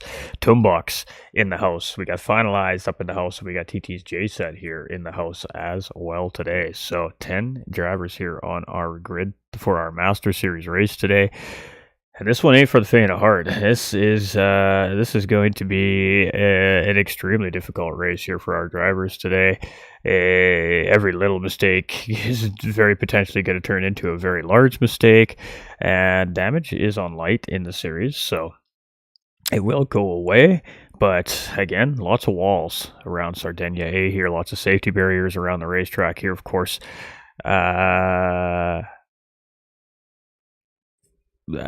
Safety comes first for not only the racers but the spectators. So this is a racetrack designed around farmland, essentially, quote unquote, air quotes I got going on here right now in the background. As again, this is a fictional racetrack here from Gran Turismo 7. So when I say fictional, it means it's a designed racetrack by Polyphony Digital and Gran Turismo 7, and it is based off of a real area of the world, which is kind of the cool thing about the the original racetrack circuits that we like to call them here at GT45 Gaming and Gran Turismo 7, and Sardinia is one of those original circuits. It came very much later, of course, in the game than some of our circuits we're used to, but it is a great racing circuit. We just seen 2 great GT3 races on it leading into our Master Series race here today, and I know everybody's getting anxious, probably getting bored of listening to me talk and staring at the track loop, but we're almost ready to go here, so...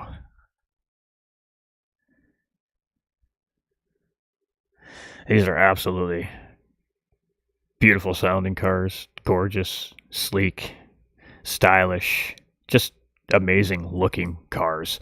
It would be really something else to see, a real world sanctioned racing body take 20 of these things and toss them on some of the bigger tracks worldwide, Le Mans, Nürburgring, Spa, maybe Coda even potentially, toss these things on some of these big NASCAR ovals, and then some of these big oval tracks worldwide. In real life,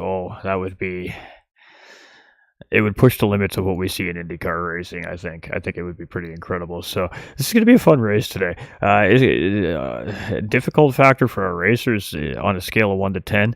It's up there. They got decent weather conditions, so it is going to help with grip factor. However, these cars are designed to absolutely just fly around corners at insane rates of speeds. So it comes down to how much courage does each driver have behind the wheel of this car. A lot of times with these extremely crazy high powerful race cars, the limitation is not the car, the driver behind the car. So really, I think that's what it's going to come down to today is the confidence level in each driver behind the wheel of their machinery today. And the Tomahawk it's quite the piece of machinery. It is quite the piece of machinery. I can't even begin to explain. We're just gonna let you guys and gals watch it at home, see for yourselves here very shortly. So thanks for hanging in there. We got a couple minutes to go here yet, so you got a couple minutes to go refresh, hit the restroom if need be here before we send qualifying off. So I don't even know what the lap times are going to be around here in this car. I suspect we're going to see minute 20s. That's just a guess. It could be faster. I don't have too much of that kind of detailed information on this particular combination this week, just due to trying to get the stream back up and running for our broadcast here today. So we've got that somewhat sorted out, at least I think. We'll review it here later tonight and see how everything sounds. And of course, feedback too from everybody watching at home is greatly appreciated. Don't hesitate to leave a comment from whatever channel or platform it is you're watching. Let me know what you think about the audio, the video. Let me know. Just give me that feedback. I need to know where we need to make the adjustments, and we can only unfortunately get it so far to what it was until we get the proper part in. But we're moving, we're grooving, we're doing what we love to do, sitting here bringing great racing action to everybody watching at home. So thank you, everybody. Big shout out to the GT45 gaming community, the Winner's Circle community. This wouldn't even be happening today if it wasn't for the sim racing community. Big step up. I needed help, and they immediately stepped in. So today's broadcast are compliments of the Winner's Circle community, ladies and gentlemen. So I know you're all excited to hear this beautiful voice back behind the mic again on your screens, but everybody needs to give a round of applause to the Winner's Circle community, because this isn't happening today without them. So once again, humbled by my community, just glad to be back.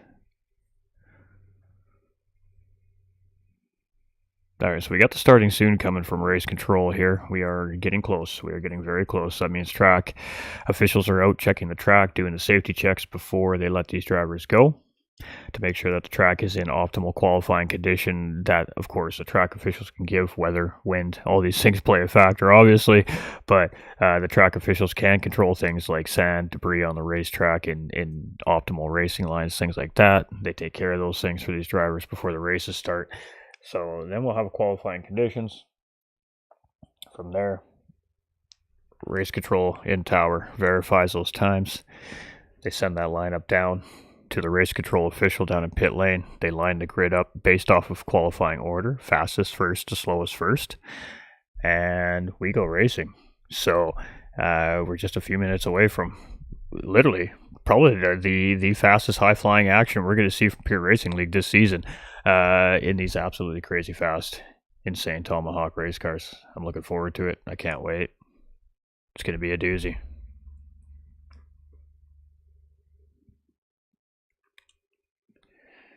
Just got to remove my headset so we don't get double feedback in the stream here. And then we're going to follow up with podium interviews at the end of it.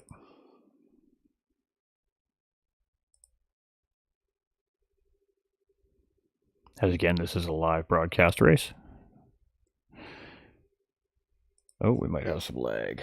Uh-oh.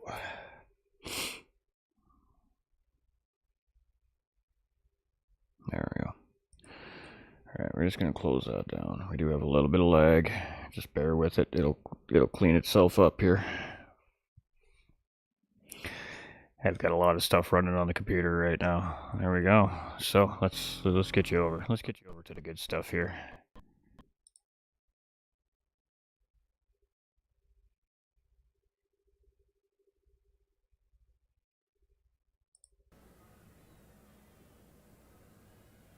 All right.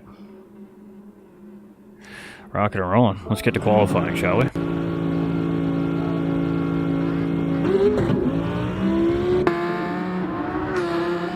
And for this chat, we can use our keyboard. Hopefully our replay functions are working today too. That would be beautiful. All right. So we have Holman currently slated in first place here, but we obviously can see that that's not the case here. He's got a car in front of him, so it looks like it's actually Payme.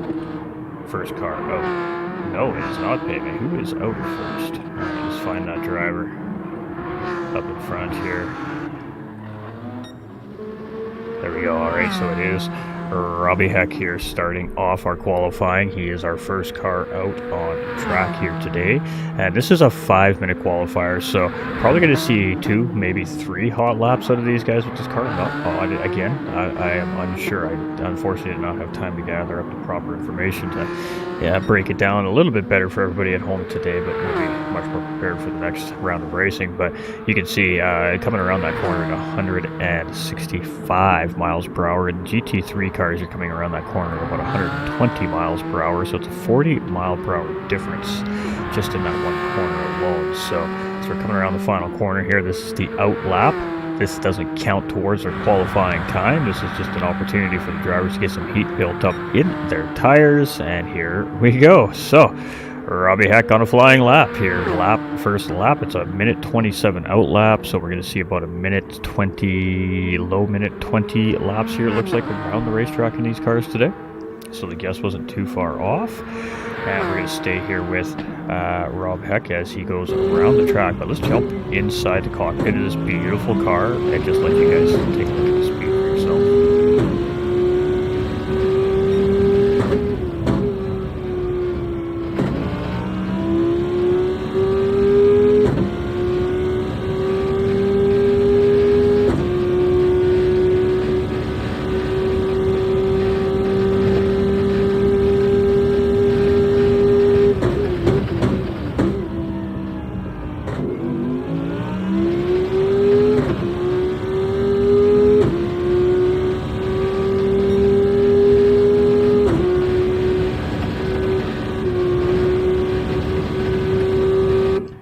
Whew, that's intense. That is intense. All right, let's get back out to our TV crew here so we can get through our field here as these drivers come around in their first qualifying run. So it's going to be interesting. Ooh, big slide there from Payme in the background. I can see in behind the camera shot there. We'll have to see how that relates to time, but Robbie's going to come through, put the first time of the day in. It's a 126.083. Payme's going to come through for the first time here, and it's going to be a 27.496. So this leaves him in second place. Jakey's going to come in. He's going to take second place away. Toonbox comes through.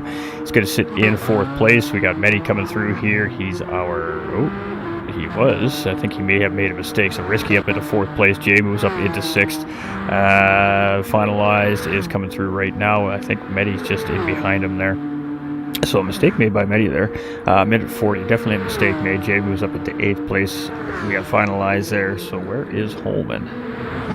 He's in behind Paymay, so a couple of mistakes made by a couple of the drivers here in their first qualifying lap, and that has definitely set them on the back foot, so to speak. So they've kind of lost that safety cushion of that safety lap, and now they just got to send it. Minute 20, that's going to be 2:40. We'll probably see 3 laps out of these drivers. Maybe the guys at the front might squeeze an extra one in, but it looks like it's going to be 2 hot laps for sure, potentially 3 for the guys up in front.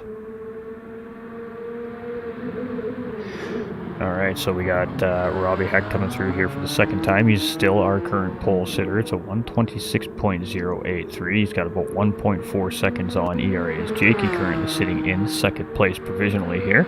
So as Robbie comes around on his second lap, let's see if he finds an improvement there, and it is a 26.6. So let's see what Paymay has here as he comes through, and it was an improvement. It's a 26.9, and that's going to move him ahead of Jakey as Jakey's coming through right now. He finds an improvement as well, but it's not good enough to jump ahead of Paymay.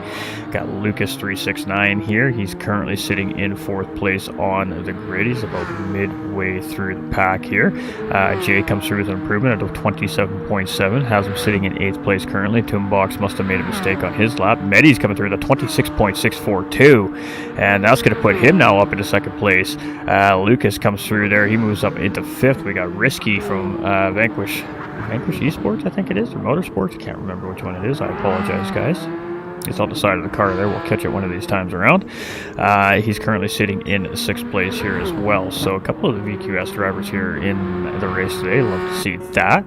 Tomebox here, who we've seen win our Division 3 race last weekend, and our current championship points leader over there in the Lexus Series on track here in the Master Series as well. We got Jay Set there coming from Division 3 in that Group 3 series as well. VQS Holman here, just in the Master Series, I believe, this season here at PRL. And we're going to sit on with Holman here. He hasn't gotten that good lap in yet. You can see he's on an out lap last time around, so this is technically his flying lap here. Right now it is Robbie Heck on provisional pole. They have called the timer down here, so as the drivers now come across the line, that is going to be it. They're not going to get another run at it here, and it's good enough for 6th place there from Holman, so that was a good final attempt there from Holman. We've seen somebody coming through there. It was Jakey. He's going to be sitting in 4th place. We got Lucas. Looks like he's still flying here. So Risky improves with a 27.1 as well, and that moves him up ahead of Lucas into 5th place. Finalize also improves his lap, moves him up into 6th place, and Lucas comes through. Does improve his lap, but does not improve his position. Currently sitting in 7th. We got Holman in 8th. We got Toonbox in 9th, and Jay Set here in 10th. So it is looking like it is going to be Robbie Heck on pole position with Medi lined up beside him. It's going to be Paymay to start off row number 2 with Jakey beside him. In row number 3 it's going to be VQS Risky and Finalized. In row number 4 it's going to be Lucas 369 and VQS Holman, and in row number 5 is going to be Toonbox and TT's J Set here to fire off this 21 lap race around Sardinia Road Track A. So again, it's 21 laps here today. The racing hard, the racing medium, and the racing soft tires are all required to be used. It is times 13 tire wear. You heard me correctly, times 13, and times 3 fuel consumption here today. So I got to make one more change. Bear with me. Get rid of that one. Get rid of that. There we go.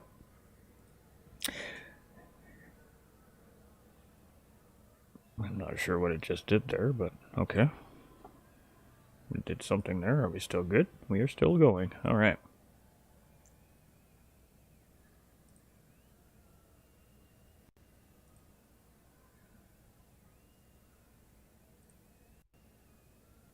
Fantastic news. Let's keep it going here. All right. So, qualifying results. We're going to take a look at these real quick. We got 3 minutes till race start, so it's going to be Robbie Heck in pole position with Medi in 2nd, Paymay in 3rd, Jakey in 4th. It's going to be Risky in 5th place with Finalized in 6th. We got Lucas 369 in 7th, VQS Holman in 8th. It's going to be Toonbox in 9th place, and TT's J-Set rounding out our field here today in 10th position. That is our Master Series grid here in round number 3 with these beautiful SRT Tomahawk VGT Group 1 Edition cars. These cars are going to be typically 30 miles an hour to 40 miles an hour faster through the corners than a Group 3 car, and they are going to be about 40 to 50 miles an hour faster than a Group 3 car on the straightaways on this particular racetrack. And that's just to give you a little bit of a scope of how much of a difference in speed from those Lexus cars we've seen a little bit earlier in the broadcast compared to our live Tomahawk race on screen in front of us right now.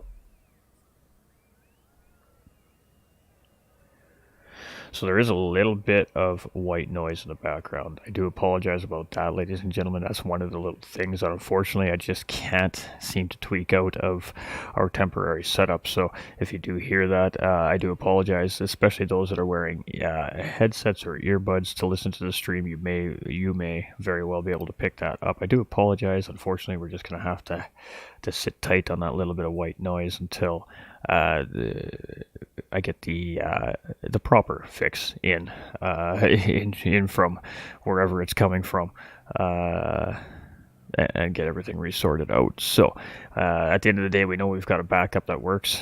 It took a lot of work to get it to happen here today, but again, kudos to the Winner Circle community for coming through and being clutch as always. I mean, this sim racing community. I just never ever have bad things to say about the sim racing community in general, not just my own community that I've been building over the last few years, but the whole sim racing community. And I'm not talking GT7 specific, I'm talking as a whole.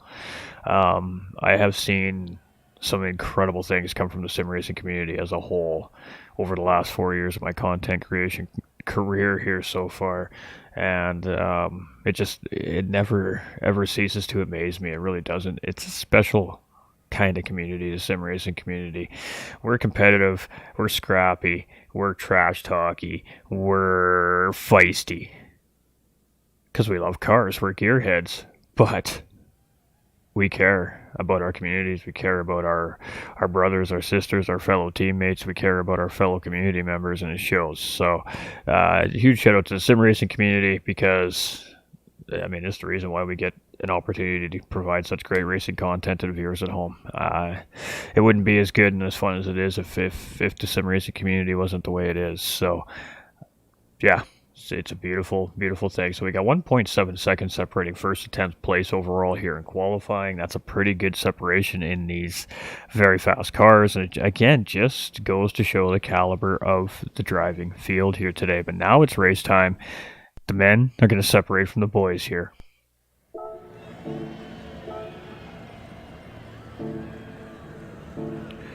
Oh, we don't want that one. All right. So here we go, false start here. So the drivers are going to have to wait for the green to drop before they hit those loud pedals. We got 1 red, 2, 3, 4. Getting ready to go. Kick them tires, light them fires. We're Tomahawk racing, and we're green, green, green, and everybody gets off the line nice and tidy. Right on, let's go racing. So turn 1 coming, the whole field barreling down. We got 2 and 3 wide coming into turn 1. Robbie holding down provisional pole here. He's looking for the whole shot, but he is got Medi tucked right in behind him. Payme in 3rd place. Jakey slots in right in the line there in 4th place. And this is going to be a lot of what we're going to see here. We're going to see a lot of nose-to-tail racing and drivers take advantage of mistakes. Got side-by-side battle between Risky and Holman here, teammates here. I'm sure this is a very calculated move. We got a couple of cars in trouble there off in the background, a couple of slow-moving cars, but everybody's got it on track, and we're still going. So we got Jay in 8th, we got Toombox in 9th, and Holman on the receiving end of that. They're down into 10th place, so I'm not sure what happened there. Just a mistake. He's got some rear spoiler damage, and that'll go away, as I believe it's on light damage model here in the series. So Robbie Heck gets away. He's got a half-second gap very early on from Medi here in 2nd place. He's got Payme here in 3rd place. Payme's taking a look up the inside. Medi's a little bit in the dirt there. He's in trouble. Payme recognized that, giving lots of spatial awareness there. He's just going to settle right back in behind Medi. But in the meantime, that has allowed Robbie to pull a 1.6 second gap over the field. Oh, and Payme got it a little bit wrong there. He got into the wall, but he kept the car underneath of him. That bottles up the pack a little bit here. And we got everybody just trying to kind of get through here without any real consequence. And wow, they did a great job there as the pack got accordioned up. And that was a difficult situation in these crazy, fast, high downforce cars. So Robbie into pit lane.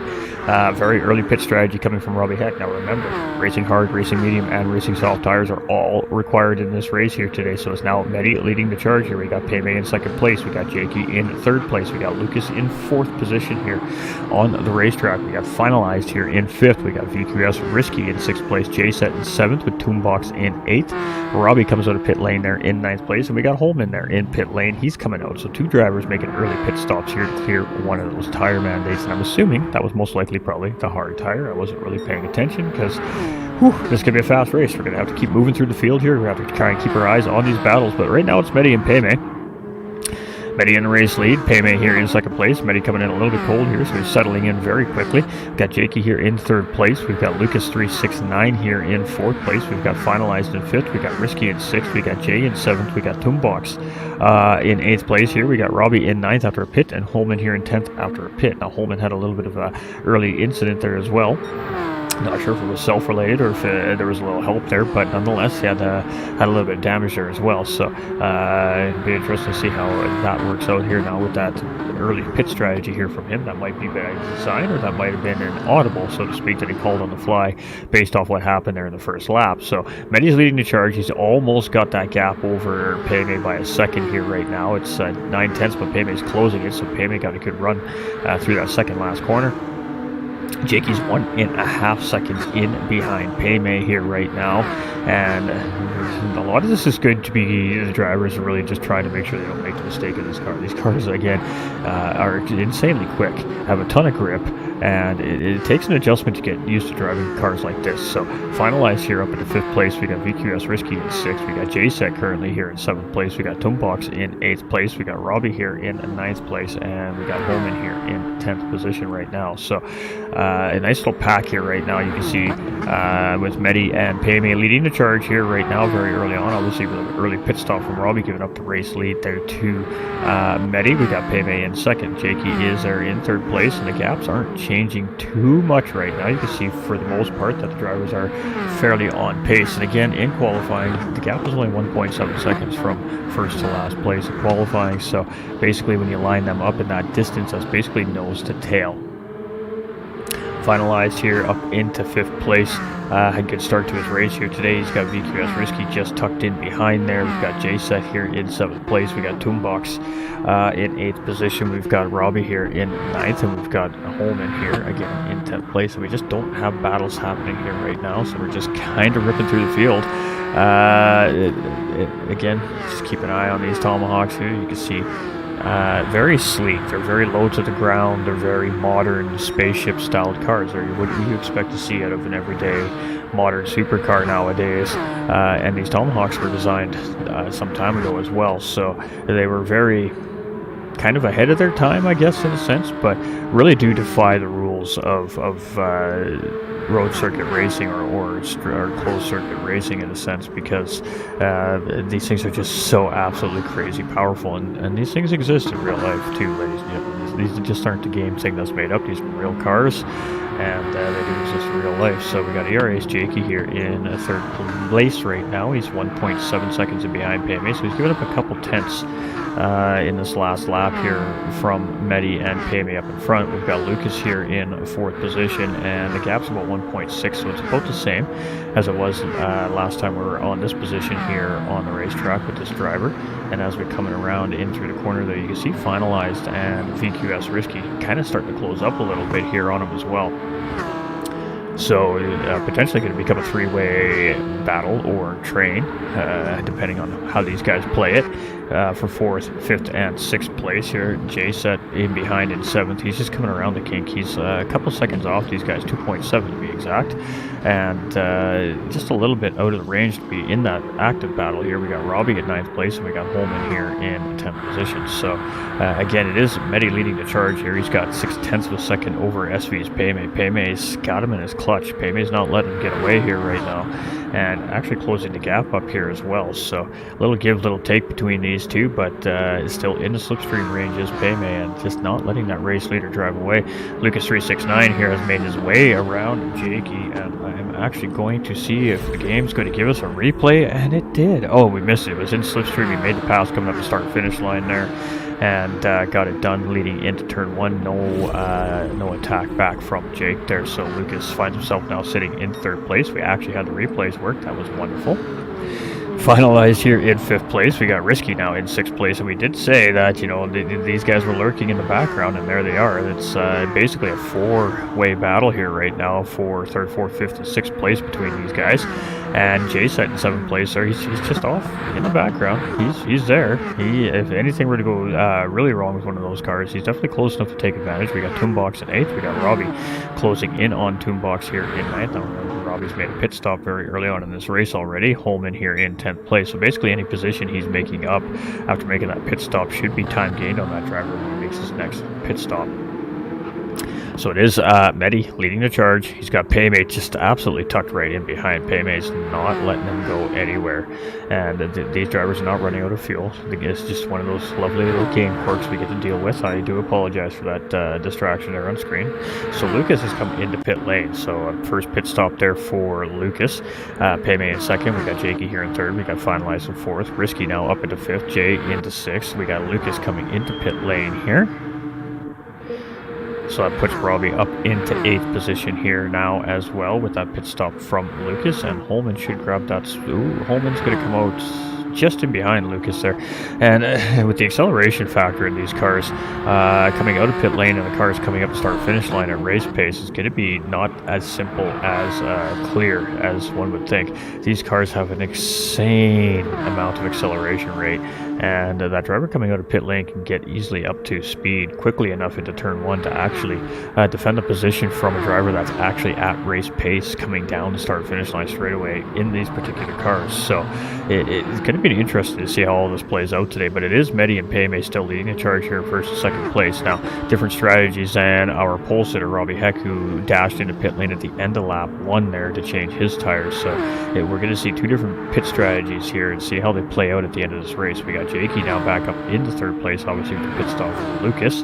We've got Finalized up into 4th place, and he's got VQS Risky all over me. Took a look there. Risky took a look there, but Finalized had the line covered. And for the time being, Risky's just going to settle in behind here and look for the next opportunity to try and get a move done on Finalized. And, well, he doesn't need to. Finalized is going to make it real easy. He's going to dive into pit lane here. Risky's going to move up into 3rd position as Medi has now made a pit stop here as well. And that means Paymay is now our new race leader here on lap number 7 of 21. So already, just like that, we're a third of the way through this race. That's what I mean. This race is going to fly through here. And right now it's Paymay leading the way here. So it's going to be Jakey in 2nd place now with that pit stop from Medi. VQS Risky here in 3rd place. So that's our new podium for the time being here in the race. We got TT's J-Set sitting in 4th place right now. He's got Robbie Heck closing in behind, about 1.5 seconds, and dropping here as we come around corner number 4 into number 5 here. Got Toonbox here in 6th place, rocking the gold Tomahawk today. Absolutely styling on Sardinia A here today with that race car. We got Finalized in that just absolute sleek, all nice, semi-metallic black Tomahawk here today. Just cool and crisp. Very simple designs on these cars here. Lucas with a little bit of detailing, striping down the car here. It's just nice, simple, clean, crisp liveries on these cars here today. They're a little tough to make liveries on, so not a lot of real estate for these drivers to make the paint really do something cool with. So great job by these drivers getting these cars styling for our racetracks here today. And Paymy's going to go around again here on lap number 8. Jakey's now coming into pit lane. He's going to make his pit stop. Risky's going to follow him in. Jay is going to stay out, and he's got Robbie Heck in tow here right now. So J-Set now moves up into 2nd position. Robbie Heck is tucked right in underneath of him there, and you can see actually a little bit of communication between the 2 drivers right there as J-Set threw on, and it still has on that signal light to signal to Rob to go ahead and make that move on the inside of the turn there. So a little bit of communication between the 2 drivers there. And Robbie's going to move up into 2nd place. So that's Toonbox here in 4th position. We got Medi now in 5th. Hopefully he remembers to turn his signal light off now, though, so he doesn't give drivers a different impression that it might be closing in on him here. We got Jakey in 6th. We got VQS Risky in 7th. Finalized is in pit lane here and gone. That's gonna put him just coming out in behind VQS Holman there. Boy, that was close. He almost came out right in Holman's path there. If it was a second sooner, that could have been a whole different situation there. So that was a little fortunate right there for those two drivers. So Baby has a 12-second lead, pardon me, over Robbie Heck right now. And he hasn't pitched yet. Robbie has pit once. So 2 stops still remaining here for Payne. And 1 stop remaining for second place Robbie Heck right now. Third place Jay said has, I believe, 2 stops still remaining here. So at some point I'm sure we'll see him diving into pit lane. And there it is. Box is coming around. I think we're going to see him come in as well. Looked like he was setting up for a pit entry there, so that's going to put Medi back up into the podium positions here. Finds himself now sitting in third place with 3 drivers making pit stops here. Now Jakey coming in for his second stop, and VQS Risky is right in behind him, so those 2 drivers are clearly on similar strategies. Got Lucas currently sitting in 8th place here, Holman in 9th, and finalized in 10th place. Now, pit strategies are kind of moving here, so this is essentially the mid part of the race for the strategies. We'll separate the drivers a little bit because we're on different pit stop sequences. That's going to space out the field. It's going to separate the drivers a little bit, and then probably with, maybe 6 laps or less to go, we'll start to see those pit stop sequences coming a full circle. All the drivers have made their pit stops, and we'll see where the battles are for the end of the race. Essentially is how it's going to go here. But right now it's Payme leading the way. And he's got 12.3 seconds over Rob here in first place. So Rob has 8 seconds over Medi, and Medi has 15 seconds over Jay Set here after his pit stop. That's Toonbox just in behind there by 2.6 seconds. Pardon me, I'm losing my voice here. We got Jakey here in 6th place. We got Lucas 369 in 7th position. We got Holman here in 8th. We've got Finalized in 9th place, and we've got VQS Risky here now in 10th place. And again, pit stop sequences, swapping the positions around on the racetrack right now. It's a real determination on who's in the best shot to win this race. It's a little hard to tell at the moment. You can see Rob coming in here for his final stop of the race as well. By the looks of it, this is his second pit stop now, so he should be granted that he's good to push the remainder of the race for fuel and tire, then he probably will not make another stop here today. So right now, Payme is in first. He has not stopped yet. We have Medi here. He's in second. He's made 1 stop for sure, potentially 2. I think he's only made the 1 so far. Got Jay and Toonbox in pit lane. They're making their second pit stops here. So I would assume that we're going to see Payme making a pit stop relatively soon. I could be wrong. Depends on what kind of strategy he's got up his sleeve and how he feels right now on the racetrack. He's looking real solid. He's looking real good. He's looking real pacey, and he's got that gap up to 20 seconds now. So a little bit of a mistake there by Medi at some point. Potentially on the racetrack here, and that's good news for Payme. Is he coming in? No, he's gonna go again. So Medi here in 2nd place. We got Robbie here in 3rd position. We've got Jakey in 4th place. It's 11 seconds behind Rob. We got Lucas just in behind Jakey, 2.7 seconds. I believe that's VQS Holman right in behind him. Less than a second here. It's closing. Not by significant amounts. Again, these cars are super quick on the accelerators. So once they kind of get to the point where they're at their top end for each individual racetrack, that is, there's not a lot of more advantage or speed to gain on the guy in front of you. So it comes down to turns, it comes down to entry exits to really kind of close those gaps up. You really got to work it through the corners, because when you get into these straightaways, unless the driver in front of you just gets a really bad exit, it's really hard to gain on the car in front, just because how quickly these cars get up to speed. So it's Payme here in 1st place, 20-second gap over Medi. Still got 17 seconds over Rob, but remember, Rob's now cleared both his pit stops. Medi owes, I think, 1 pit stop. Payme owes 2. Jakey here in 4th place. Again, another driver who's cleared his stops. Lucas, I think, owes a stop still. We got Holman here in 6th place, and I think may owe a stop yet as well. I'm not 100% sure on that. We got Finalized here in 7th place with Risky just in behind. Stops cleared for Risky and Finalized as well. Jay said has also cleared his stops, and so has Tomebox here in 10th position. So it's going to be interesting to see. Payme moving. he's feeling it right now. He's locked in. He's in a rude rhythm. He's in a good groove, and needs to continue to open the gap up here, though. Currently, he's lost just a little bit of time to the second place driver, Medi, here, but at the moment, it is SV Payme in the lead of this race here on lap number 11 of 21. So essentially, the halfway mark of the race here. Medi comes through. He has 19.5 seconds, so he's nibbled about a half second away from Payme last time around there. Just kind of monitoring the gaps here.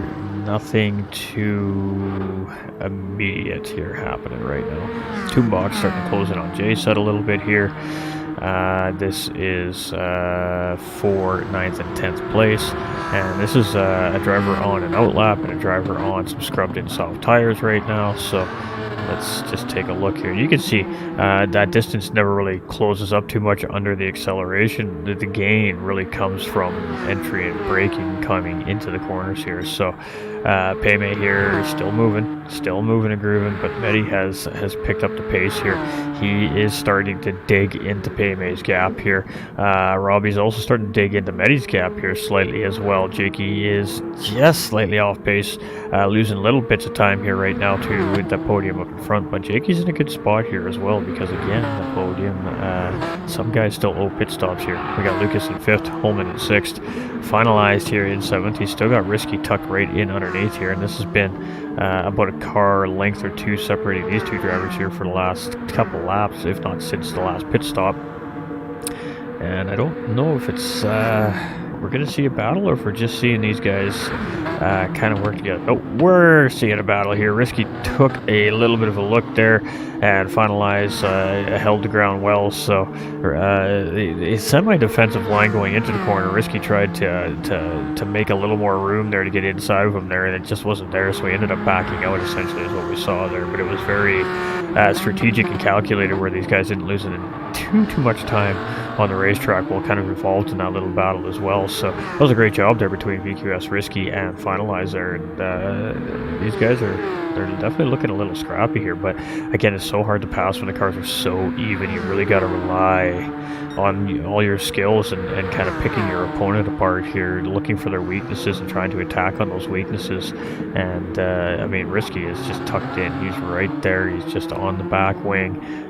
Just hasn't been able to quite find his way around here. So let's get back up front real quick, take a look what's happening.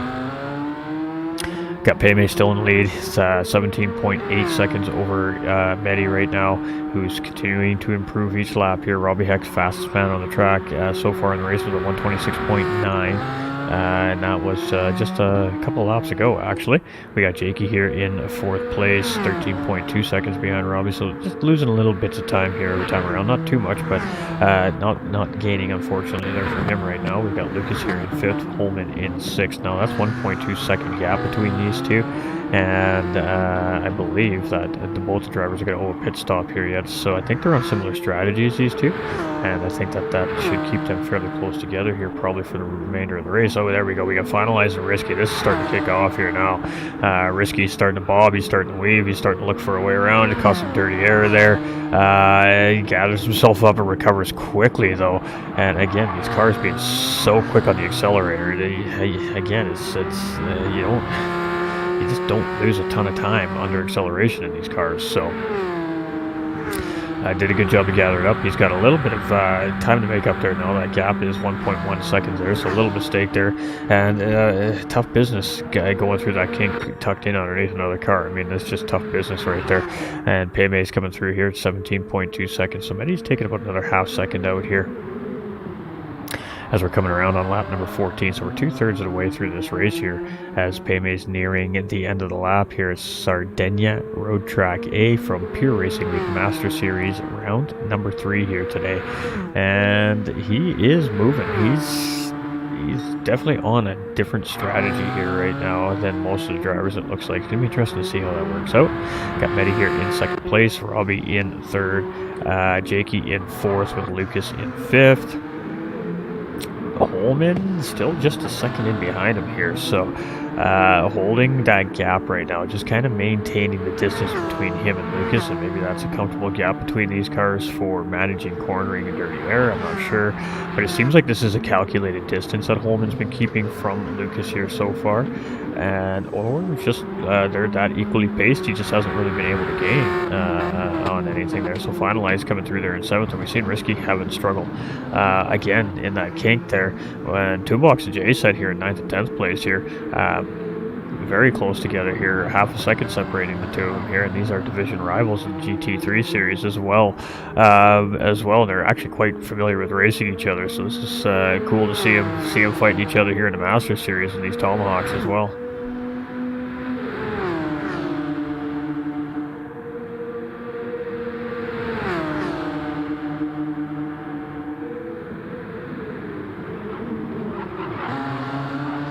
You can see corner one, even these cars are still dropping it down to a fairly low rate of speed, about 80 miles an hour there from J-Set and Toonbox there. And again, this is a battle for 9th and 10th place. This is a battle at the back of the bag. I mean, it doesn't matter where we look here. There's always something going on here from Pure Racing League, so fun stuff. Right now, Payme 15.7 over Medi. He's got 13.5 over Robbie, and Robbie's got 15.9 over Jakey. So a fairly large separation here in the front group right now. I do suspect that's going to change though. Got Lucas 369 here. He's got 4 seconds in behind Jakey, so just slightly losing touch with Jakey here, not by much. And he's still got Holman just chilling within that second gap in behind here right now, not putting any immediate pressure on him, but he's there. He's chilling. He's holding. He's probably assessing right now, watching Lucas's, and maybe trying to see if he can find a spot that works for him. But just chilling right there, managing that gap. We got Finalized here in 7th place, and he sees those guys up there, so I mean, he's not too far out, 5.7 seconds. Risky had a couple of rough kinks there, and it looks like he's got that corner right this time. He's just starting to now track back in on Finalized here. It's very small amounts, but still nonetheless closing in. And J-Set and Toonbox here in 9th and 10th place, and oh my, Toonbox here must have made a mistake somewhere, as that gap is now 15 seconds between him and TT's J-Set there. So you hate to see it. But he's still moving. Glad Jay has a dance partner. He definitely has a dance partner. Alright, so Payme 14.7 seconds up the road. However, this driver has yet to make a pit stop. He still owes 2 pit stops here today. Medi in 2nd place. He's made 1 pit stop here so far today. I believe owes a second. I could be wrong. He may have made one and I just didn't catch it. If he has made both his stops, he is in good position to win this race here. Robbie has made both his stops here. He's currently sitting in 3rd place, and he's got 13 seconds to Medi right now. Jakey here in 4th place. He's cleared his pit stops now. He's got 45 seconds to the race leader. I'm not exactly sure what the pit stop line is here. It should be what I would assume would be about 22 seconds if it was anything like last weekend's races. So not quite in striking distance of Payme. He's just outside that range at the moment. We got Lucas 369 here. He's in 5th place, and again, Holman's just really managing his race right now. This is strategic driving from Holman. Now, I'm not sure if it's just, like I said, I'm not sure if it's him and Lucas are so equally paced that he just can't quite gain that ground to try and attack Lucas, or is he strategizing when he's going to attack Lucas? Is he just studying his opponent right now? Because he has literally just kind of kept himself 3/4 of a second, 1 second behind Lucas for, I would say, the last 10 laps here around the racetrack, really. Finalized here in 7th position. Risky's there. He's trying to close back in. 1.92 seconds, 1.8. Lip in the wall just a little tiny bit there. Really pushing everything this car has right now, trying to close up that gap. We got Jay here in 9th and Toonbox in 10th.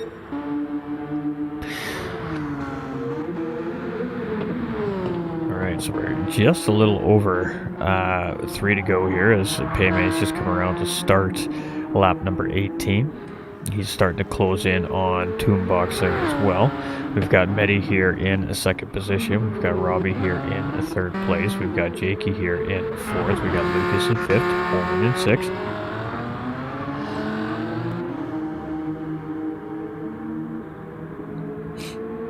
Finalized here in 7th position. Risky trying to close in 1.6. He is closing in here now. He was nibbling away hundreds of a second. Now he's nibbling away at a half tenths here. So he got a pretty good run through that final sector there on finalized. Jay, Toonbox, 9th and 10th place here. Toonbox does have Paymay just closing in on him here, but at some point, Paymay is going to have to stop and make that pit, so.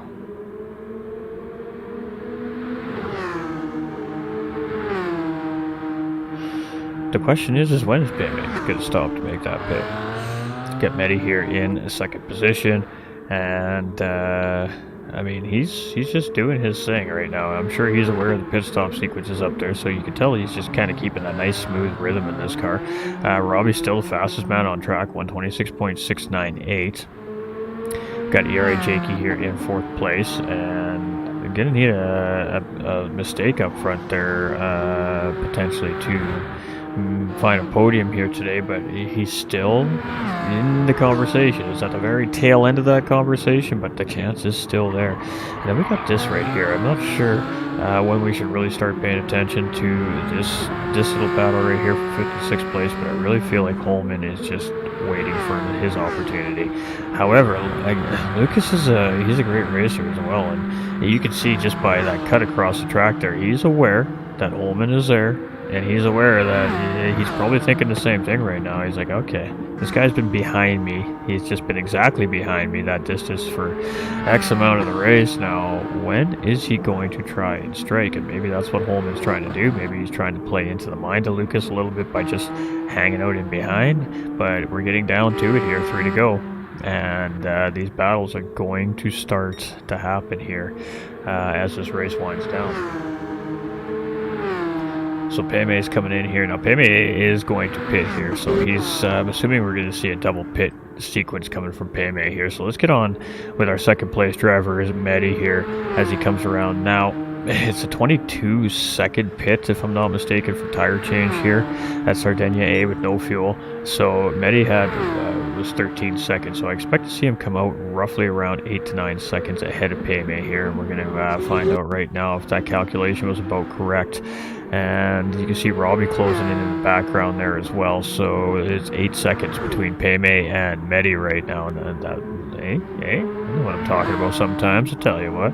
And now it's Robbie Heck at 3.1 seconds in behind Paymay here as well. So Paymay may have cleared a pit stop early on in this race. I'm just not, I didn't catch it or don't remember it if that was the case, but we're about to find out here as we're on our second last lap of the race. Jakey comes around here in 4th place.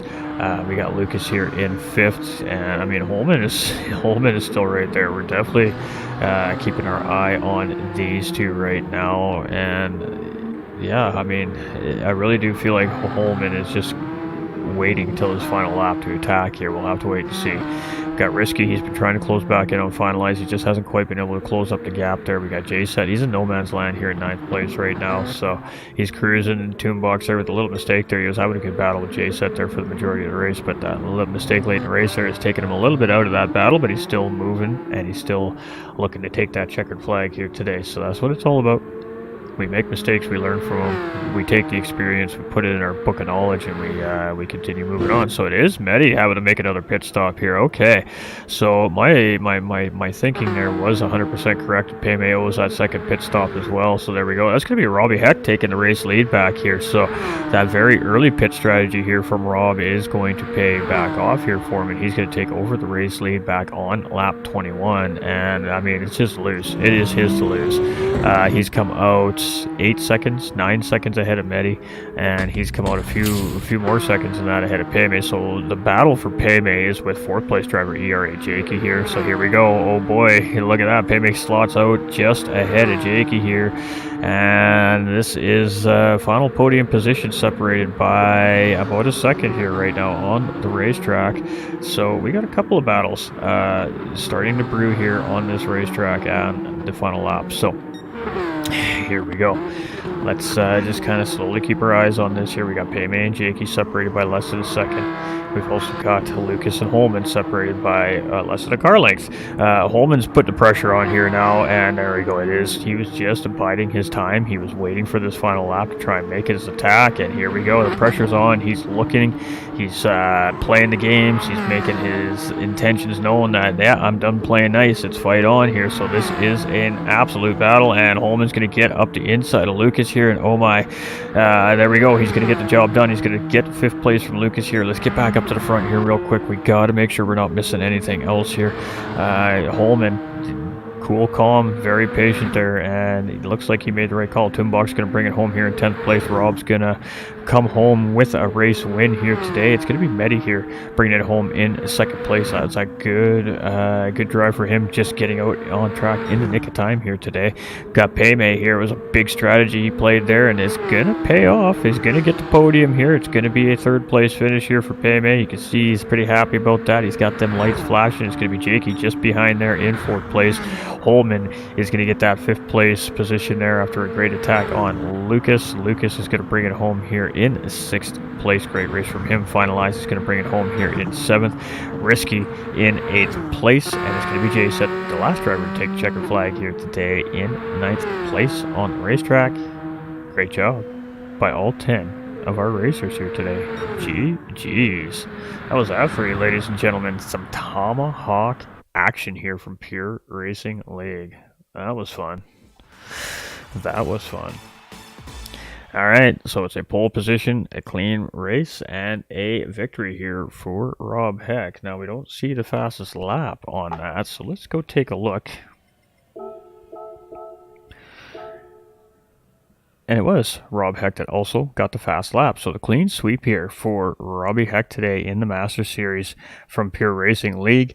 And we've got Medi here in 2nd place and Paymay rolling out in 3rd position. Just in behind was ERA's Jakey. VQS Holman with a last lap battle with Lucas to grab 5th place from him. Lucas is going to hold strong in 6th, finalize with a good race in 7th place. Risky with a scrappy race, going to find himself finishing here in 8th place today. And just a couple little mistakes there for him.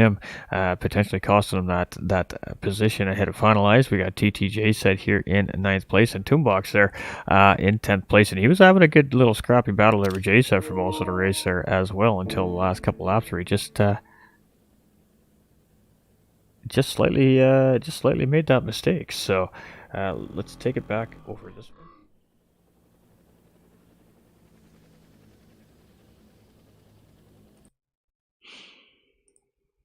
And I got to go find myself in a chat. And I got to make sure I check my settings.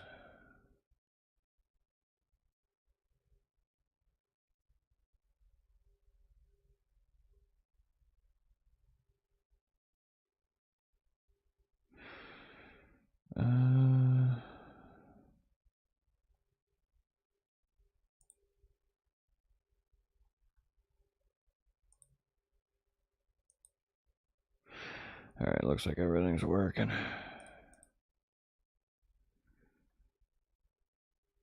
All right, we have Medi, we've got Paymay. And I'm sure that we will have Rob in just a couple minutes' time. So let's get some audio going. All right.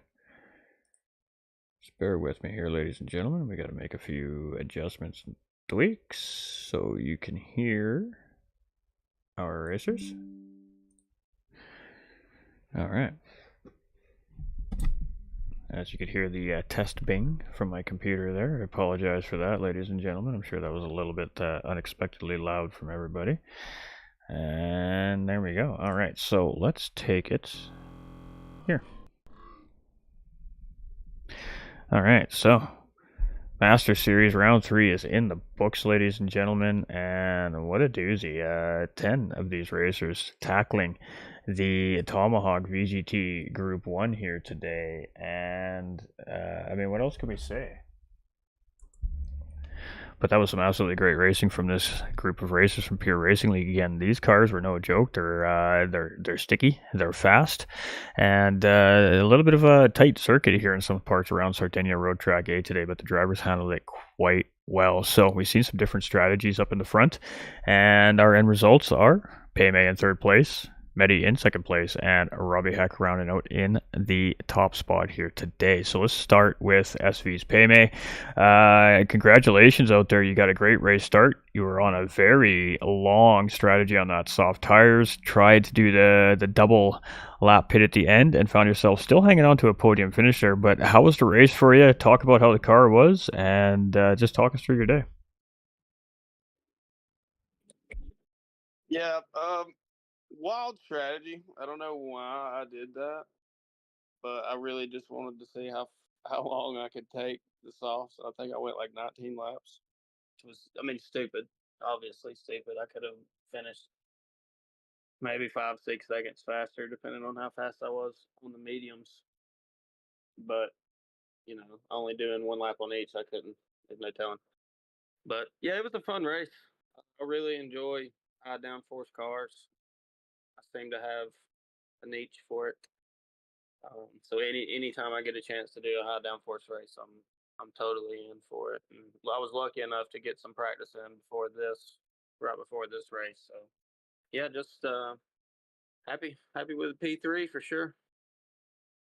Absolutely, and I mean, obviously, tough field of racers out there today. Fortunately for you, you had clean air for a large part of the race, so I guess it's really tough to tell. But for a little bit of driving in the pack before you kind of broke free from the pack, I mean, how was it driving behind the other cars? Was dirty air a factor, or is just the extreme grip in these cars? It just didn't really seem to matter. Yeah, it was. It definitely made a difference, especially over the left hand hill crest.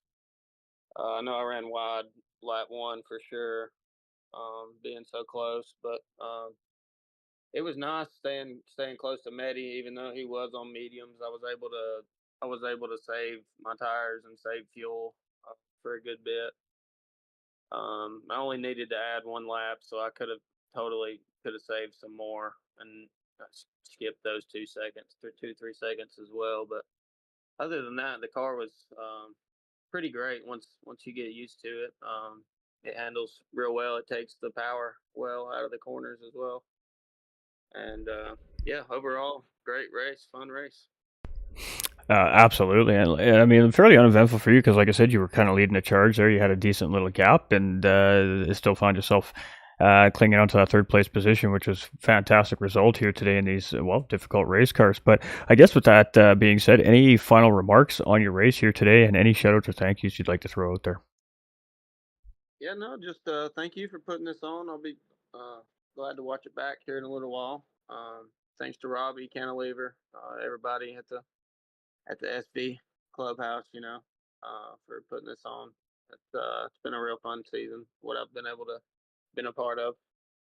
Um, yeah, thank you very much for having me. Absolutely, and I mean, great racing out there today. Car looked great, and can't wait to see what you have next week at the GT3 series.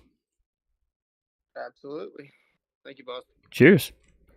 All right, ladies and gentlemen, SV's Payme, great racer, up and comer here, in my opinion, when it comes to this Gran Turismo circuit, and he's showing some great pace and some great goal out there on a tough strategy tonight with a pretty crazy combo. So good job to Payme. And I mean, now we lead into these two guys. These two guys are no strangers to competition, to pressure, to figuring out a strategy, and in some cases, like today, just getting on track with very little warm up and just doing what they do. And that is definitely the case today for our second place finish. Our current reigning manufacturers World Cup champion, Medi. Congratulations, great racing today. I know that you were the time change had some of the drivers a little bit mixed up today, and the race was a little bit earlier than you expected. So you kind of just jumped in the car, got it out of the paddock, put it out in pit lane, and did your thing, and had a great result here today. So talk us through how the race was today. Well, first of all, thank you. Yeah, I didn't know that the time changed like an hour earlier. So yeah, I kind of practiced like an hour before for the Master Series. In GT3, I practiced like a day or two before, if I got time. But yeah, like I've never driven this car ever before, so that was the first for me. And thankfully, we've been driving on this track last week, so I still got some references for the braking and all that stuff. But yeah, when like at some point when I was out of the pits on the soft tires, I was in dirty air from someone, but I can't remember. I can't recall what was his PSN, but yeah, I got dirty air like in the last sector, and even though I was slowing down, I was understeering so much, and I still crashed. That surprised me a little bit, but yeah, I didn't really expect to the car driving that nice. Like it's a lot more steery than I think. But overall, this car is quite fun to drive, to be fair. But yeah, like I was really not prepared for the race. I wish I had some time, but yeah, Robbie surely drove very well considering his lap times throughout the whole race. So yeah, congrats to him again. So yeah. Absolutely, and I mean, last season you came in and you had a really good, efficient run through the GT3 Championship. You didn't have a whole lot of people really pressing on you. This season is kind of a little bit different. This season, between obviously the Lexus Series and this Masters Series, the competition has gotten a lot more tough, and there's definitely a lot more pressure being applied to you. Obviously, you have a target on your back, being a defending champion from last season as well. So, are you starting to see that pressure, or feel that pressure a little bit? And I guess my second part of the question is, obviously with your World Tour experience coming in so cold, does that help kind of contribute to your results here today as well, just in being able to prepare on such short notice? Well, more pressure, I don't really know because I'm used to driving top split in GT World Series, so doesn't really change anything to me. But yeah, obviously I still have to put some effort to it, obviously.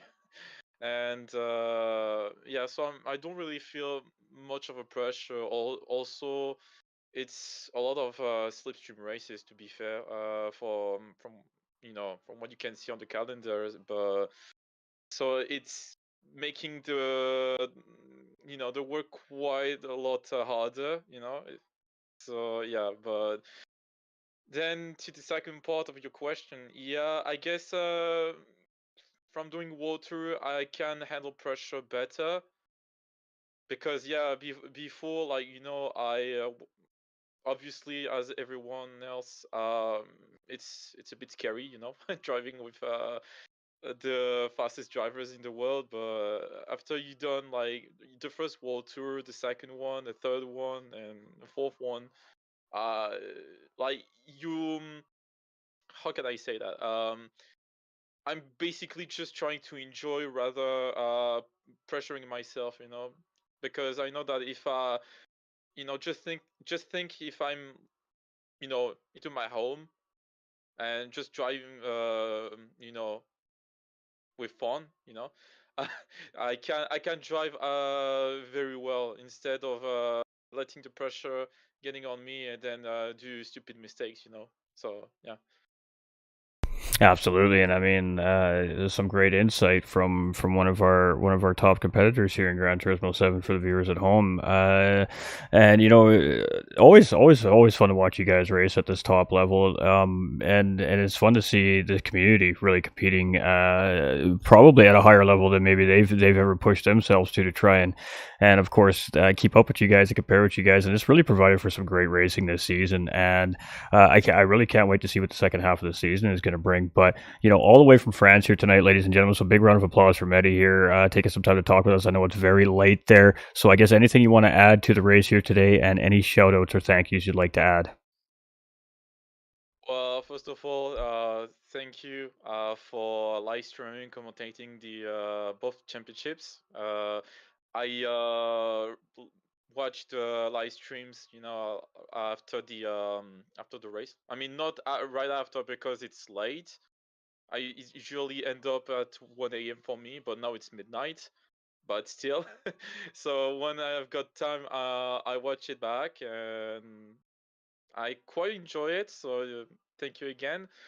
I think Robbie for telling me that the slots can last a lot longer. Otherwise, I wouldn't have pit early because of the times 13 tire. Where I had no idea how it was gonna play out. But yeah, so thank you, Robbie, for telling me this, and also yeah, thank you again for Robbie for organizing the racing league with Conti Liver and also the stewards. I think it's Consta and whoever it is. I forgot his name. I'm sorry, but anyway, thank you guys for organizing these racing leagues, and yeah, basically that's it. Well, awesome, and again, it's always a pleasure to have a conversation with you, and it's always fun to watch your race, and I'm sure the viewers appreciate it as well at home. But congratulations on a great result here again today, and can't wait to see what you have for us in Div One next this coming weekend. Pardon me. Yep, thank you. Well, we'll see you next week. You betcha. All right, ladies and gentlemen, our reigning 2024 manufacturer world champion, Mehdi Hafidi, ladies and gentlemen, all the way from his home in France. So that was pretty awesome. It's always a treat to talk to him, and we love to see him on track performing at the level that he performs at because it pushes the rest of these guys even harder and even faster. And today, our winner, Robbie Heck, one of the officials here, obviously with the league, helped put the series together, but he was on one today. He was the fastest man in qualifying. He was the fastest man in the race today.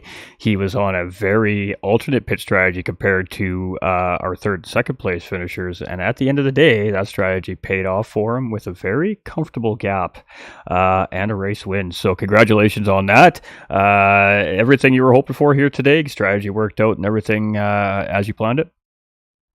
Yeah, it doesn't really get much smoother than that. Um, I just felt really comfortable. I mean, with having to do the last Nations Cup race that was at this track, I feel like most of the references for this car in the Group 2 CLK were almost identical. So, except I think this car was maybe a little bit easier to drive, definitely quicker. I was really surprised with how smooth this car was to drive as well, because I mean, being the person making the car and track combos with the fuel and tire multipliers, the only thing I really look for when I'm making the combos is, raceability.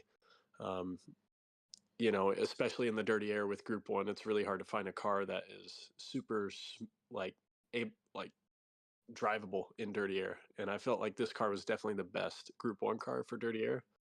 I don't know, this thing's just so much fun to drive, and in qualifying, I almost took the king flat out one time, but then went off a little bit, so ended up costing myself a little bit of time. But quality in the race went exactly to plan, exactly what I wanted to do, and it was unfortunate that Mehdi didn't get much practice, so we started the race a little bit later so he could get a couple laps in.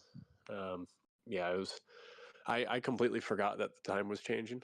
Um, had no idea. I honestly thought that we were done doing the whole time change thing, but I guess not apparently. So next week I'll definitely be putting out a notice to everybody just to remind all of our people in EMEA that the time is changing. So, or has changed. Absolutely, and unfortunately for our EMEA drivers and everybody else in the Oceania area as well, their time change always goes the day before ours because they're so many hours ahead of us. But it just goes to show the training and the amount of work that you guys have to put in. I mean, yourself also being a World Tour competitor, you guys are used to really not getting a lot of time to prepare for the races. You guys, aren't really told what the track car combinations are until it's time to get that, hour or 30-minute warm up, whatever it may be there. So, obviously that probably played a little bit of a factor to him just kind of settling into the race here today. But you just really had a great strategy. Was there at any point in the race where you were second guessing the strategy? No, not really. I felt pretty confident, and I was a little confused because I thought Payme had already made one pit stop. So when Payme came out in front of me, I was like, "Holy, is Payme about to win this race?" And I saw him pit in extra time. I was like, "Oh, okay." But I was worried for a second with Payme. I thought I had completely botched the strategy and somehow was running quicker than everybody. Just maybe I used too much fuel, but no, everything went exactly to plan. Um, yeah, it just felt really smooth. Didn't make very many mistakes the whole race. I almost crashed one time, but I mean, it's the uphill kink. So it's that's just how it goes sometimes. When you're trying to get as much as you can out of the car, I mean, you have to take a risk and get really, really close to that wall every lap. Absolutely, and we've seen lots of guys, just make the small mistake there, get the tires into the grass, just clip that wall a little bit. Thankfully, the drivers were really prepared for it, and actually had a really good handle on the car. The ones that did make the mistakes, we only kind of really seen one really big mistake all race long. So, with 10 drivers on the track, some of them being reserve drivers coming in to fill in for some racers missing today. Overall, that was an absolutely fantastic race with these absolutely insane cars here on Gran Turismo 7. And I mean, was that what you were hoping to see out of the race here today when you were in the master's room designing this with the master plan? Yeah, I mean, we didn't really know what to expect when it came to the Master Series when it comes to attendance, because I mean, obviously with the league, it's kind of hard to organize something where everyone's going to show up when there's a different car and track combo every single race with a different strategy. Whereas in the GT3 series, you sign up and you know what you've got. So it's a lot more difficult, I feel like, to get the attendance for the Masters. Mainly just because I don't know, people are scared to drive something other than the same car every day. But I mean, if you're only driving the same car week in and week out, you're gonna get really good at driving that car, but you're not going to be overall um, a well-rounded driver as well as if you're doing, a series like this. That's why when it comes to manufacturers and Nations Cup for these exhibition seasons, you have to take both of them so seriously because it's what's going to make you the better driver. Absolutely, and I mean, Gran Turismo does a really good job, especially with the Nations Cup series. It really kind of diversifying the car track combinations, taking drivers, like you said, kind of out of their comfort zones to ideally make us all better rounded racers. I mean, I know we all see the problems and all the flaws with the game, but I think that sometimes the things that we don't realize, there's a master plan. There's always a big grand plan behind developers, and Gran Turismo, I would after 25 plus years now is no exception. They're trying to do exactly that. They're trying to make their sim racers more well balanced, rounded racers overall in the sim racing community by allowing us to have the ability to have all these different variations of car combinations, race cars, street cars, and as many tracks as they can continue to make available to us. So we don't necessarily see it at that point, and that's a good point that you bring up. But great racing so far this season. We're at the midway point through the season, and I think as more and more nation style racing like this goes on, groups like yourself continuing to put this stuff out there for the viewers and the racers at home to see and see that it provides great close door-to-door racing. I think that it just starts to become more and more popular in the future as well. So yeah, I mean, it's a work in progress. I'm a little bit disappointed in some of the people not showing up for this Master Series, especially since, I mean, the competition we had, I mean, I think we had 5 people qualify within a tenth of each other for this last one. So, I mean, or a tenth and a half or something like that. So, I mean, the midfield was super close from Payme back to P8. It was super close on pace. So, yeah, I mean, really just thank you for everyone that showed up to the race today. I mean, and then, I mean, running a league, I mean, a league is nothing without people showing up. So, I appreciate everyone that showed up today.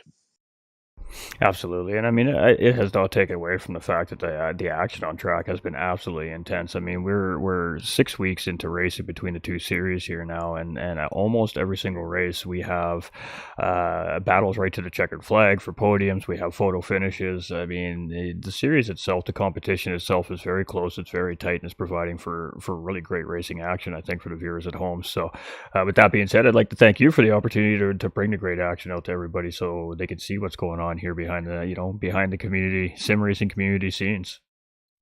Yeah, of course. Thank you for being able to host this stream.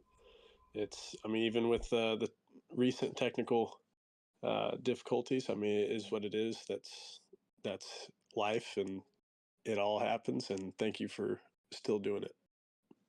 Absolutely. Well, with that being said, ladies and gentlemen, that means that we're left with round 4 of our GR3 series this coming Sunday. And I mean, well, we all know what to expect from this Group 3 series. It's absolutely intense. It's door to door racing through our 3 divisions. And we're going to be at St. Croix B here on Sunday. It's a great racers racetrack. There is not anywhere on this racetrack where a pass can't be made, so expect some high flying, intense action through all three divisions next week at St. Croix B from Pure Racing League in our Group 3 series. I guess anything you want to add to the race here today, and any shoutouts or thank yous you'd like to toss out there, Rob? Oh, is he still there? I might have lost him already. That's all right. Yep, I've lost him already. All right, cool beans. No big deal. All right, well, nonetheless, ladies and gentlemen, great racing from Pure Racing League. Absolutely crazy racing. Those Tomahawks, kudos to those drivers. I mean, they got into a difficult car on a track that they've been very racing on a lot lately. Like you said, with Nations Cup race recently on Sardinia A. We had the Group 3 race last week in our Sardinia A from Pure Racing League. And of course, we had our Tomahawks here today on Sardinia A. That's just the way it worked out. So track familiarity is always a plus. So that always helps the drivers preparing for these races. But these Tomahawks are no joke. They looked like the drivers were having a lot of fun with them. And it looked like they had a pretty good handle on the cars. So kudos to all 10 of our drivers on track today. The Master Series has been no joke. This is a tough series, and it really is testing the driver's skill and mettle behind different cars on different tracks with different tires. We've seen a lot of different things coming from the Master Series this season, and that's what's been making it so much fun.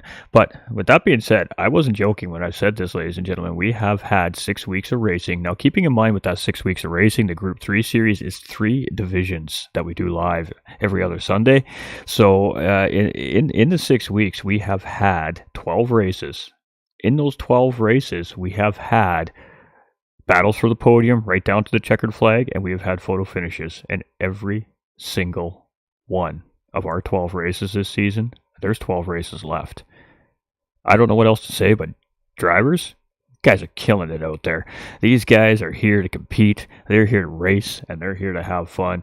And if you want to see more high-flying, fast, door-to-door racing action from Pure Racing League, 3 p.m. Eastern Time, next Sunday afternoon, right here at GT45 Gaming on Facebook, YouTube, and now Kick.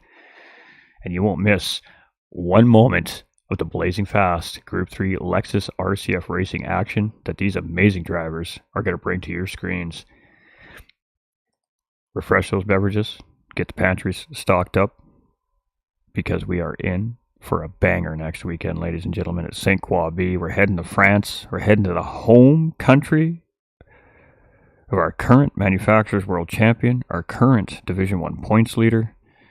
Can he put his stamp on St. Croix B? Here from Pure Racing League for Division 1. Tune in this Sunday to find out. I appreciate y'all. Thank you all so much for hanging out. I missed y'all. It's great to be here and doing what we do best at GT45 Gaming, bringing family-friendly sim racing broadcasts to everybody at home. Remember, you all matter. Stay winning, and we'll catch you on the next one.